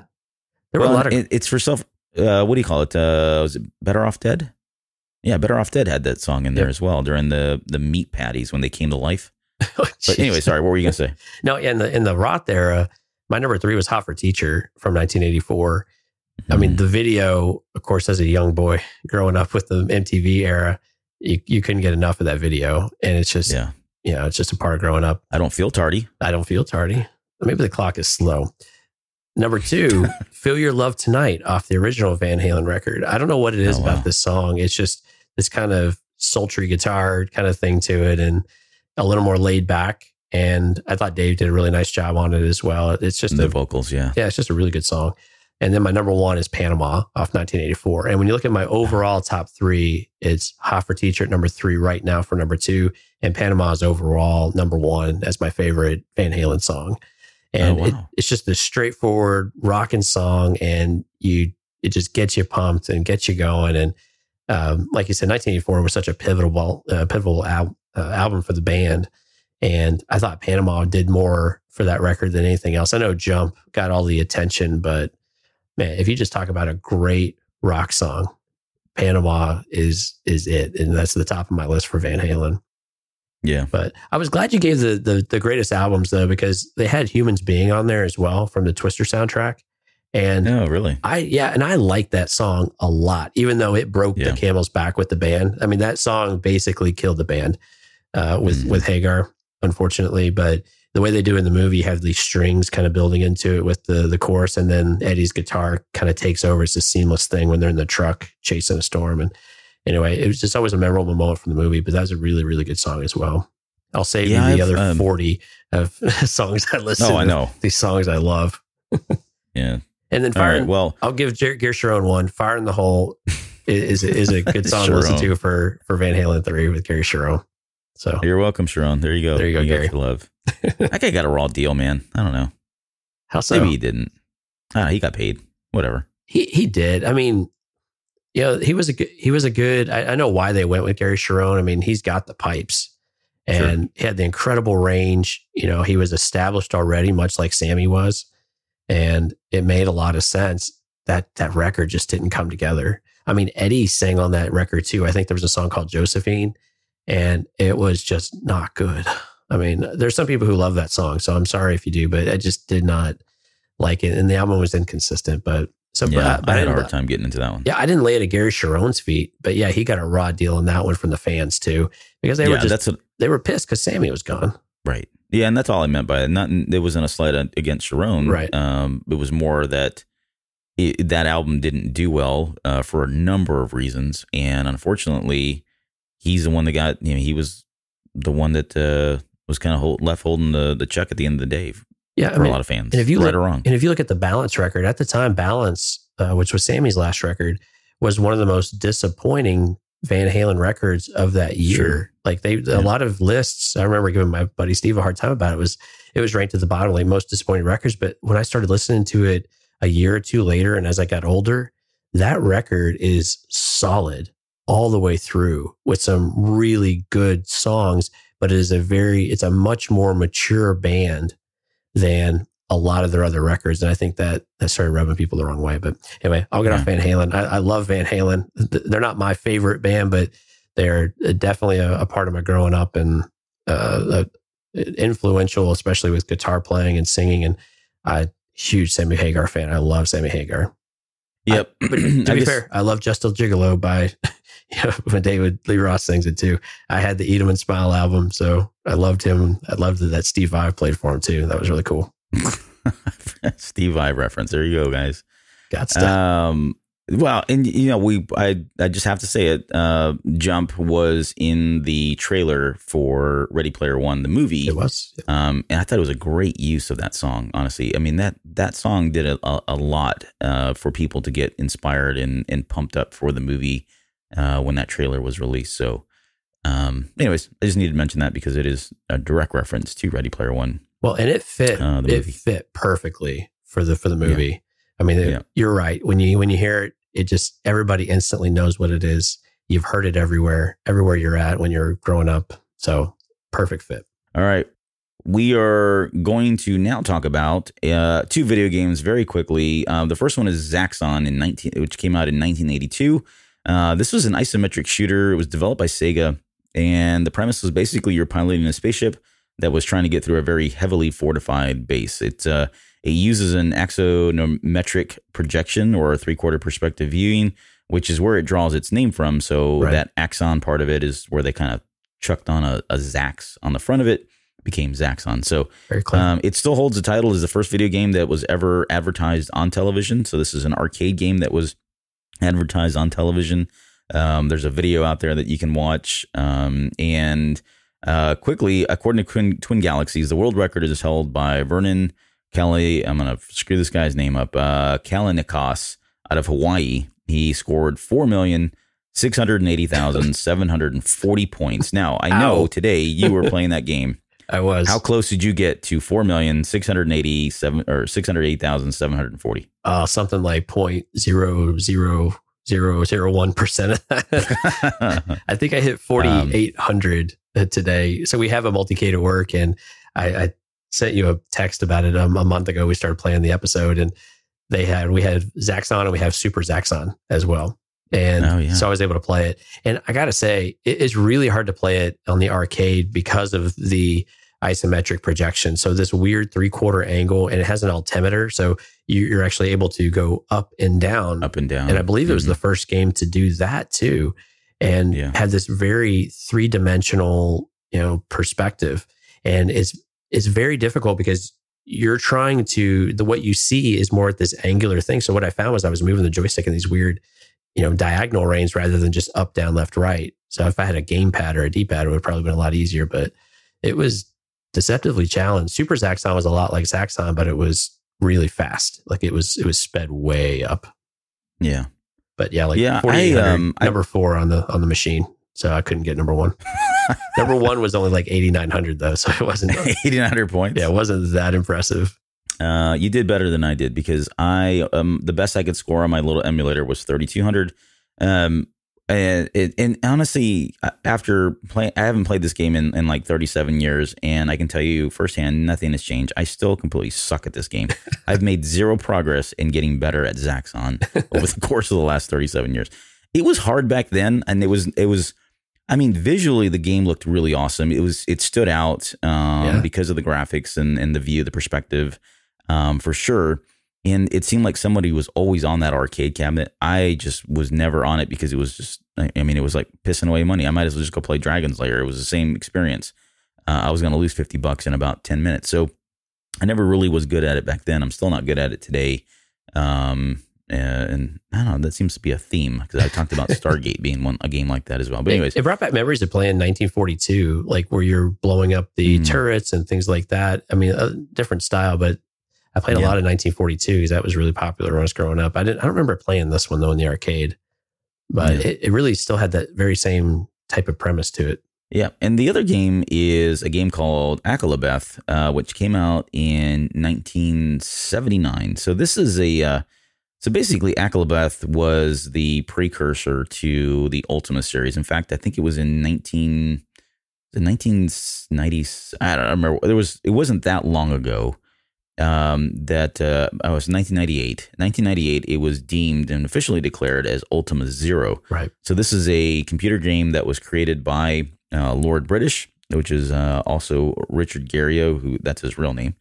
Released in 1979, and this is it's one of those games where he the way the story goes is he programmed this game, put it in Ziploc bags, sold it at a local computer store, and made, I don't even know how much. I think they said he was trying to shoot for like $1 million before he was at the age of like 17 or something like that. So right. The point of all this was that this where he sold this was in while he was still in college. So he programmed that game on an Apple II Basic. But do you want to take a guess, Jonesy, where he grew up in, or where he went to college? What city? Oh man, Houston. Or I'm sorry, high school. Houston, Texas. You're right. So he attended, Garrio attended Clear Creek High School. So I got to ask you, where is this? What do you know about it? And did you meet Garrio ever? No, I didn't grow up in the Houston area, but yeah, that's down in League City, which is in southeast, greater Houston area, southeast down I-45 towards Galveston. So I've got any dirt on Clear Creek High School? Any dirt on them? No, I don't have any. I don't know Temple High School football rules, but no, I don't know much about that area. But yeah, right. It's southeast Houston towards Galveston. Well, here's something else too. So while we're on the subject of Clear Creek High School, because I took it there are a number of other people that are famous from this high school. I don't know what they've put in the water or what they feed in their meals, but they've got Jay Buhner, I guess is his name. He's a Major League MLB player for the Seattle Mariners. Phil Cardella is a professional MMA player. He came out of there. We talked about Richard Garrio. We all know him. We've talked about him on the show. Ultima, Lord British. He did Ultima Online. There's also somebody by the name of Christopher Sabat, who's a voice actor. He's done a lot of work on the Dragon Ball series. In fact, he was one of the very first people to do a voice on the Dragon Ball anime series. And if you look at his acting voiceover record, it's nuts. It goes on and on forever. In fact, he's also did a lot of video games most recently as well. And then there was also Susan Swift, who was a child actress. She was in Harper Valley PTA in 1978, and she was in the 1995 Halloween Curse of Michael Myers. So I don't know what's going on with this school. And that's not it. I mean, there's a whole list of other like professional football players, and there's a Olympic gold medalist in here as well. We may have to redefine your definition of famous, though. Because no disrespect to these folks, but they're not exactly household names. Which, by the way, so taking it back to the novel, the way Garrio sold this game, again, popping it into Ziploc bags and selling them. This is it's not coincidence that this is exactly what Ogden Morrow and James Halliday do in Chapter 5 when they're talking about Anorex Quest, which is the game that they program. It explicitly says they put it in Ziploc bags and sold the games at a local computer store and made their millions that way. Well, this is where he got the inspiration for this particular element of the movie. So according to Garrio, he sold about 30,000 units, so $5 a piece. He made about $150,000 by the age of 17. Not too shabby for a high school kid growing up in 79. It's quite a bit of money. Yeah, that works. Yeah. But yeah, so it's really kind of a first person, I guess, perspective, much like a lot of the earlier Ultima games. And a lot of it is text-based. There's a lot of influence from Dungeons and Dragons where you're kind of rolling characters, rolling your abilities, rolling for gold. It's all command-based, so you'll type in, move left, go right, that kind of thing. But it had a lot of firsts. It was one of the very first gameplays that were first-person gameplay where you're in dungeon. One of the very first games where you're required to have food and eat food in order to survive, and we see that even to this day in a number of games. Yeah. There was a top-down overhead world view that you could flip out of and kind of see where you are relative to the map. Introduced hotkeys for some of the commands. As well as a number of other things. So anyways, did you get a chance to, and I honestly didn't get a chance to play this. I watched some video of it. I had a hard time finding an emulator that would run on a Mac, to be honest, to play some of these. Yeah, shocking. But did you get a chance to do that? I did not. I did watch the videos though, and it reminded me a lot of I played a Spider-Man game that was like, very similar to this, where you still had text commands, open elevator, things like that. Graphics were clearly a lot better back then, or by that time. But no, this was a game that I didn't really get into RPG type of things until much later in life. But this is a game that this would have been right up that alley and been really enjoyable. But it was difficult watching some of the tutorials, like when they were getting hit by the mouse or by the cobra in some of these scenes of, these doors, exactly what was happening. So I couldn't tell. Maybe they was just hotkeying it in to be able to do it. But some of the things that struck me though is that this is very derivative of Tolkien from the Silmarillion. And that's where the name comes from. And I think he even had to kill the Balrog.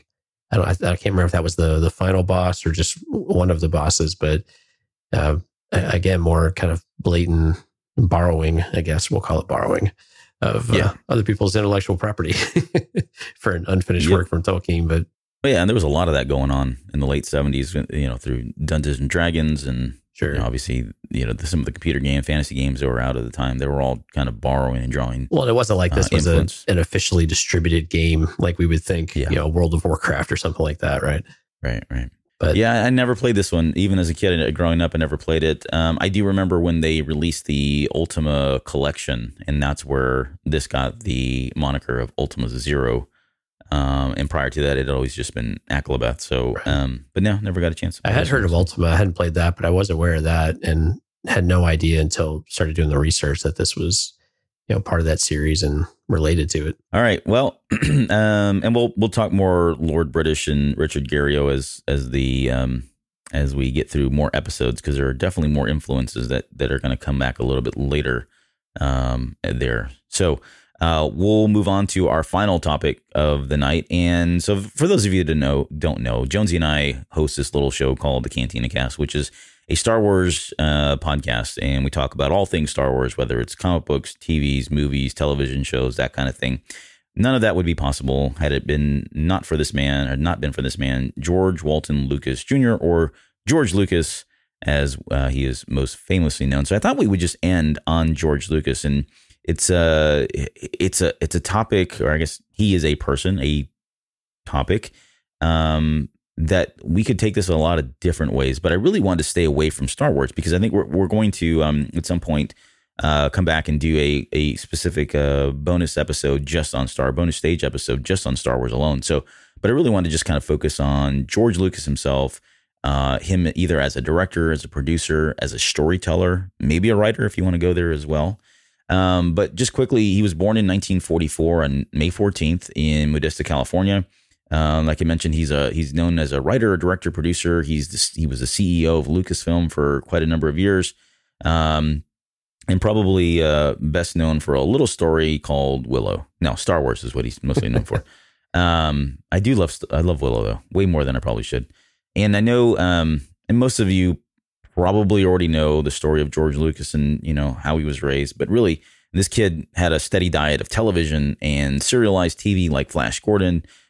He was always longing to be a race car driver at some point in his life, which he would eventually come to fulfill later on as an underground kind of racer in some of these leagues that were in California. He'd always been interested in art, and eventually made his way to college and had a goal that he said he wanted to be a millionaire before he was the age 30, and certainly did that. So, Jonesy, what were you doing at age 30? Not a millionaire, barely getting my life together. Yeah, you're right.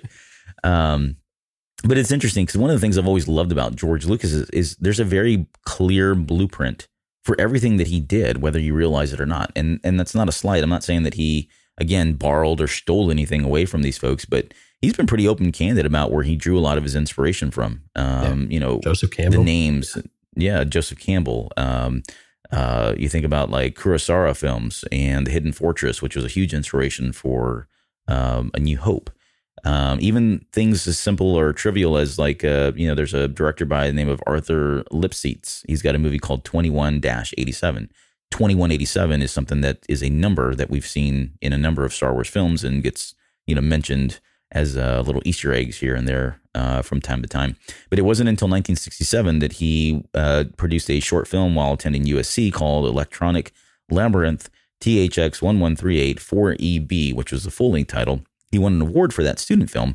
And then later, as one of his prizes for winning that award, he was allowed to kind of go and pick any movie to be to help out with, I guess, or be on the set and kind of learn, be under the tutelage of whatever director was there. And he chose to pick Finian's Rainbow, which was being directed by Francis Ford Coppola. Not a bad pick, and certainly, definitely something that would shape, his and shape him and kind of mold Lucas into the person that we know he is today as a movie director, a cinematographer, and a producer. So before I go any further, let's quickly talk about Lucas and his body of work. I threw out a question to kind of pick some of your favorite movies that were not related to Star Wars. So I guess when you think of George Lucas and you're not thinking of Star Wars, what are some of the things that he's influenced or done for you that are very synonymous with him? Well, before I get to it, I have to almost admit in a little an embarrassed way that I had never watched American Graffiti until... Oh, yeah, you told me that. Yeah, I'd never watched it. I had seen THX 1138 a number of years ago just to be able to get that flavor for it and see what it was all about. And I always heard so much about it and see where he came from and how it all started. But I never bothered to go watch American Graffiti because it's an era that I don't really necessarily interested in or comprehend very well. The whole drive, I don't know, the cruising type of atmosphere. Although we all do it as teenagers and as young adults, but it was a movie that I had never watched, and I bought it. It was like $10 or something on iTunes, and went and bought it and sat down and watched it. And it is very much a period piece, and it was really cool seeing Ron Howard and Harrison Ford in these roles that you don't necessarily sync up with them from what you've seen, right? With Ron Howard being a bit of trying to be a player and a ladies' man, we associate him with Happy Days still, even after all these years. So it was really cool getting to finally see some of that. But I think my favorite works from Lucas, even with Star Wars in the mix, the Indiana Jones films are some of my favorites end to end. And what's really cool about at least the original three, which the novel doesn't acknowledge the fourth one or anything afterwards, so they're already assuming it's all going to happen.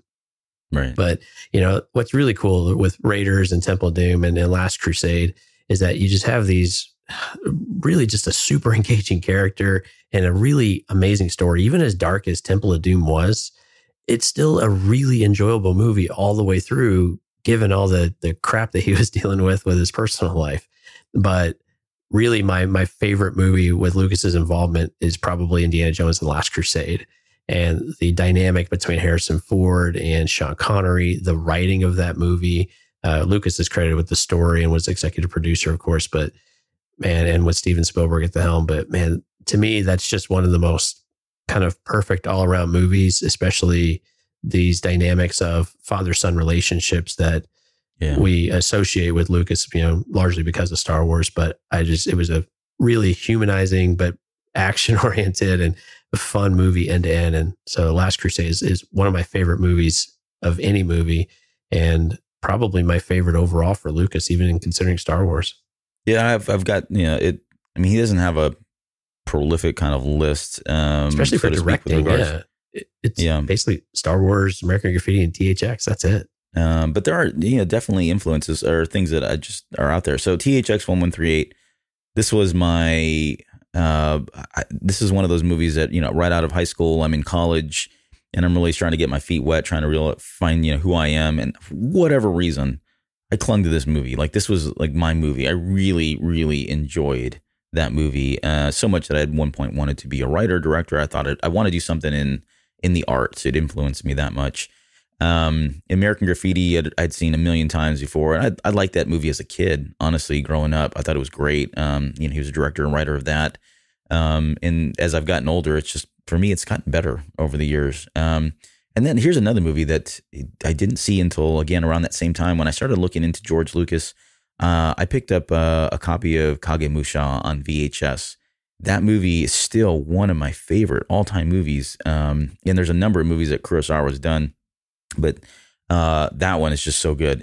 The ending gets to me, and the way it's real dramatic because it is it's a Japanese film and they're kind of playing up on Japanese theater throughout most of it. But it's a very sad movie the way it ends for them. And I won't spoil it. If you get a chance, go watch it. It's subtitled in Japanese, but it's great.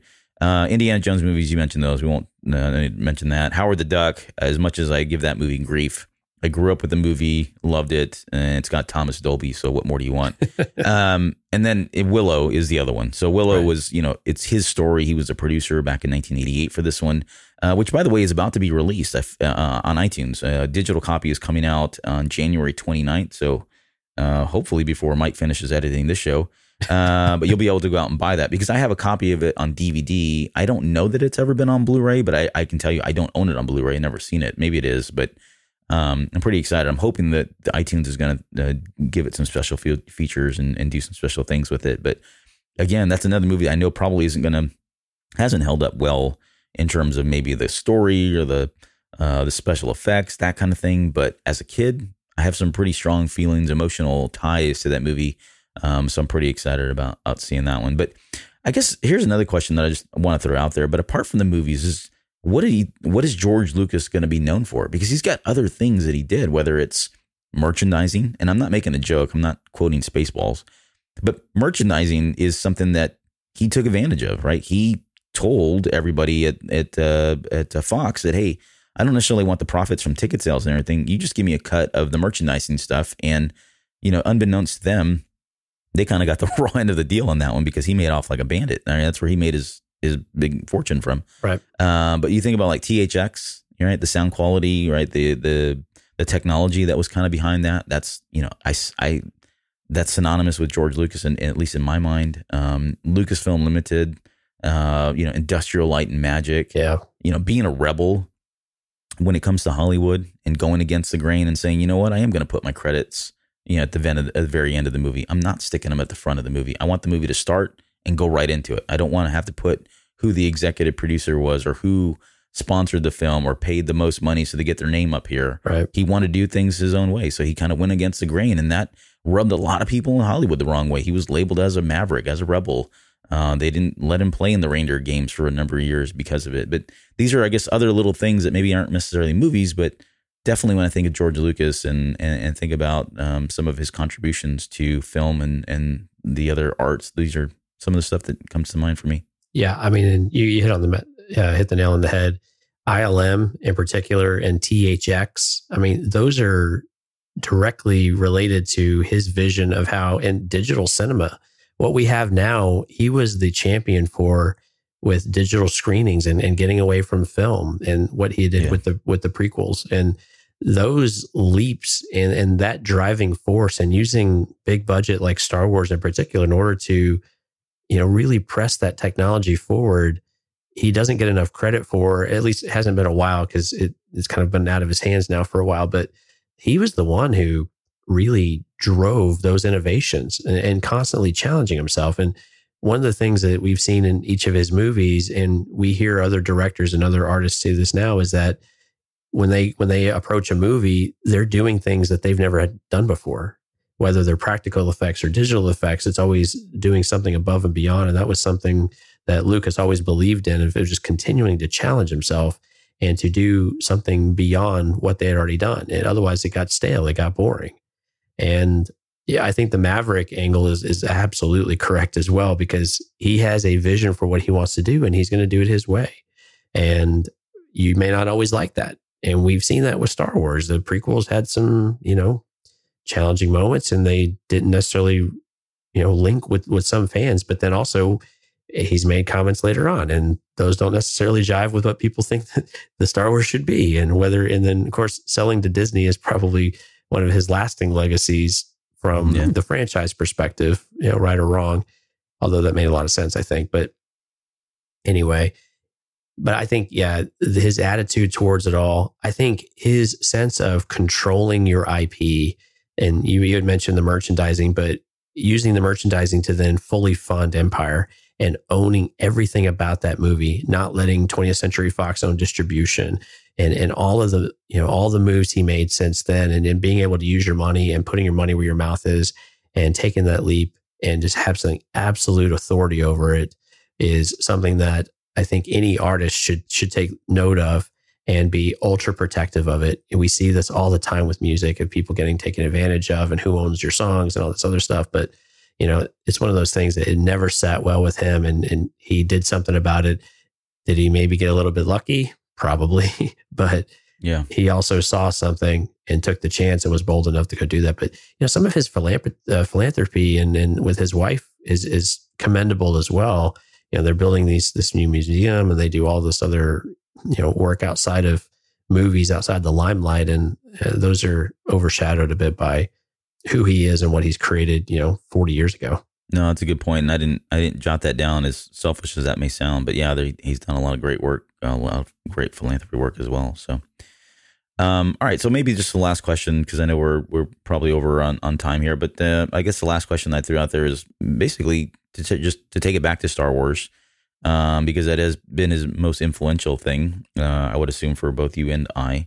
But what has Star Wars meant to you over the years? Oh man, that's so hard. I mean, growing up with these movies, it did something to your imagination that it's really difficult to say. It opened our eyes to, I think, science fiction in general, this fantasy and this merging of ideas of Westerns and soap operas, if you will, this whole space opera thing, but done in a really engaging storytelling way, but also with the visuals and the sound effects. And I mean, his affiliation with John Williams, and really John Williams kind of becoming, getting on the map as a result. I mean, he'd done other work, but this, blew it way up for him.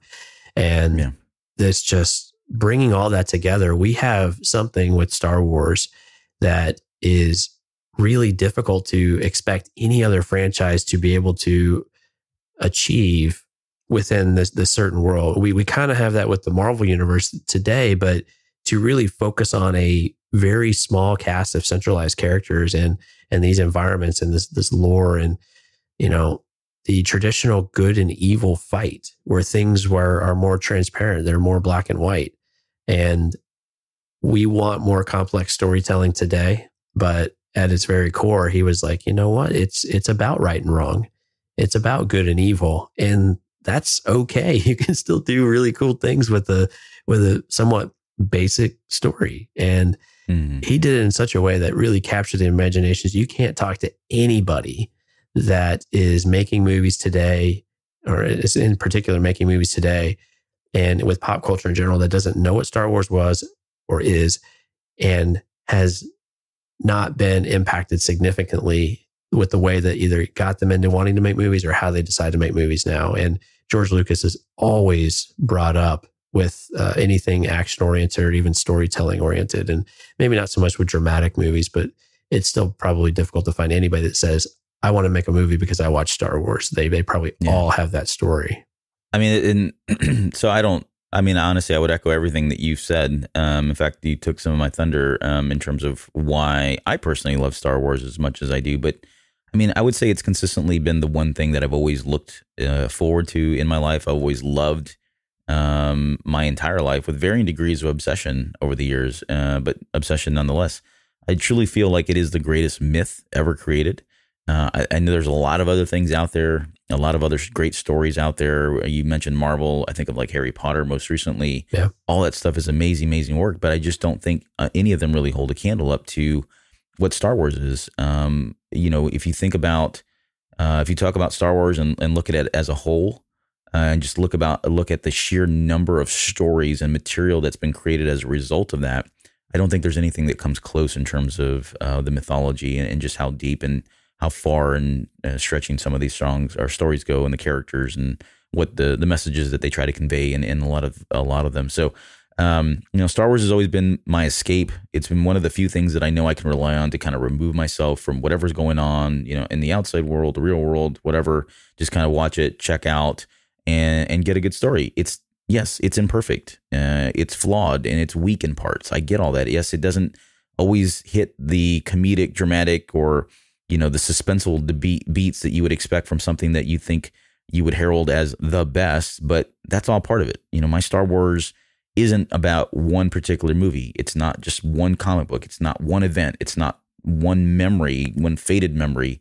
It's really the sum of all the parts that have helped kind of earn its place as my favorite franchise, my favorite story, my favorite pop culture thing ever. Right. And that's kind of where it's at. And I don't think I'm alone on there, right? I mean, this thing is influenced. We've talked about it on this show tonight. We've talked about so many other shows before, prior to, and even if we didn't, it's there. You cannot deny that what George Lucas was able to do with Star Wars influenced a number of creators and people over the years, and will continue to inspire other creators throughout the years. So it's really hard to kind of measure the legacy and measure the success and the popularity and the influence that Star Wars has. But we know it's all out. We know it's out there. And so, yeah, that's kind of what it's meant to me, I guess, over the years. So it's a fantastic franchise. I mean, regardless of how you feel about it, at any given moment, you can't not want to go back and watch the original Star Wars or Empire Strikes Back or Return of the Jedi is one of my favorites as well. I mean, just some of those moments are so iconic. What other movie has had so many references to it in the course of cinematic, or in the course of any piece of media? I mean, it's really difficult to go a week and not hear someone make a Star Wars comment. Now, maybe that's because I have a Star Wars podcast and everybody knows I'm a Star Wars freak. But, even when I'm reading the book, so to kind of bring it back to Ready Player One, we had a Grail Diary reference, which of course was Indiana Jones. But when he was talking about the first clue with, much to learn, what came to mind was Yoda talking to Dooku in Attack of the Clones. Much to learn. Mm-hmm. You have my former apprentice, or whatever the specific quote was. You're the quote guy. But that's the moment that came to me. And I don't know if Ernie Klein had that specifically in mind, but that's what it invoked in me, hearing that line completely in a totally different context. And it's things like that you can have a Star Wars quote response to anything, anytime. And some of the moments in these movies of you can't say this stuff, George, with Harrison and Mark Hamill and them, but where else are you going to get Carrie Fisher in a metal bikini though either too, right? So, but just the imagery and everything, it's a fantastic franchise. And, George Lucas is, we haven't even talked about his hair and the beard, which I'm a little disappointed about now that I think about it, because the coif and that beard are legendary. They are legendary. And the plaid. These are the plaid. These are the things I rely on you for, Albert. If you're not going to bring them up, we're in a lot of dire straits. I'm glad you did. I mean, we're at 2 hours and 16 minutes at this point. So we got another 45 to go. We got 45 minutes to talk about the plaid and the hair. He's almost a caricature of himself. Love it or hate it, or right or wrong. That's it. Everything about him has a specific look. The other thing is some of his interviews, his voice. I mean, there's all kinds of little just things like that are super interesting, and certainly people make fun of and poke around with. But it's hard to kind of put a price on his influence and what he's been able to contribute to film and television, and again, every other form of media, pop culture that's out there. So well, and you can tell that when, as much as the fans really gave him a lot of crap for the prequels, when he showed up on set for The Mandalorian recently, like people lost their Evan Lovin minds over that he was involved, or that he stepped in and helped Ron Howard with Solo, even though it was just for a little minor moment. People still get really excited about those things. They like having him around and his involvement. I think I mentioned it one time. We kind of want Daddy's approval that we're still doing okay, and that he approves, because he's the master. He's the maker. That's right. Thank the maker. Thank the maker. All right. Well, with that, this doesn't bring us to the end of chapter 6. I have one more show coming. That'll be a real quick one. Because Wade kind of hints that after all this research, after all the books, movies, TV shows, cartoons, and even the video games, his first real clue comes by way of studying the good old-fashioned tabletop pen and paper games, which just tickles me to no end. So I will probably put one last episode together. But before I do, let me just, I guess, turn it over to you, Jonesy, for kind of final thoughts on the pop culture references in this particular chapter, or anything that we've covered tonight before we move on. I just couldn't believe how many he rattled off in this chapter. I listened to the chapter again, and it's actually one of the shorter chapters in the book. And and I think you mentioned that on one of the very first of this running series of chapter 6, but it's one of the shorter chapters. He just like lists and just bangs them all out. And just, it blew my mind. And I've really enjoyed, one of the things I love about the show, about your show, The Basement, is being able to dig into all these things that I have no idea what they're talking about and getting a great idea about it, and all the different perspectives on it is so much fun to listen to. So I have to thank you for taking the time to really just do such an amazing job of running through all these and educating the poor misguided masses like myself, that we have no idea what we've missed in our childhoods. And that you're bringing it to life with this show. So I just have to say thank you so much for doing that. It's really enjoyable. Oh, well, thanks. Yeah, and thanks for being here, and thanks to all the other hosts too that have been on. We've had a lot of people except Mike. to get except Mike. No, he was on. I think one or two. But thank everyone except Mike. Oh yeah, except him. Well, right. Thanks for editing. He got my 1-star rating. But yeah, so no, it's been a blast, honestly, to have. And I don't know that we have another chapter that's even close to this as well. So from here on out, most of the chapters that we'll be covering, the episodes that we'll be covering, will be probably shorter in length, probably back to the length that we had some of the original episodes. We're still going to try to get some of the bonus days episodes to come out, but looking ahead. And so actually, before we go, again, if you want to follow Jonesy, check him out on the Cantina Cast, of course. But head over to eargluemedia.com and take a look there. He's doing some work over at Bad Gamers Anonymous. He's doing some work over with Mike on Many Faces of Masters of the Universe.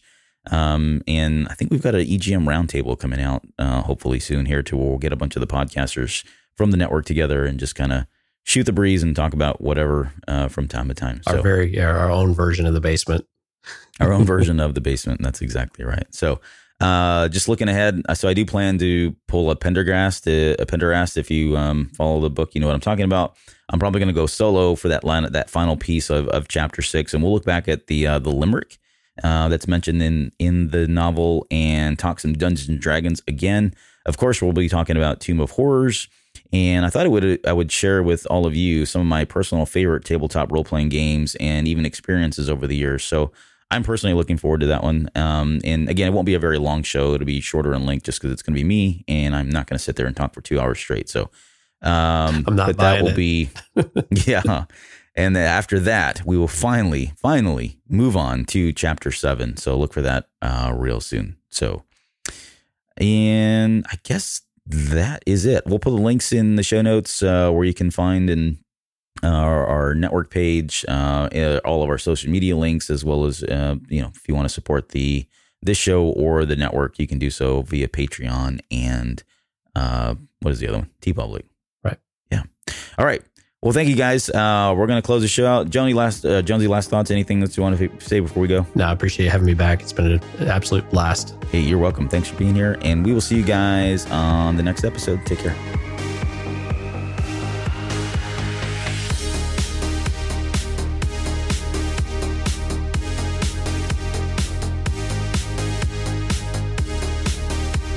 The views and opinions of the Basement hosts are of our own and are not in any way affiliated with Random House or Ernest Klein. All quotes, music, sounds, trademarked, and copyrighted material referenced in the show are owned by the respectful companies and creators and are used by the Basement as fair use for entertainment purposes only. It would take me a month to read this whole disclaimer, but sad to say, I don't have that kind of time.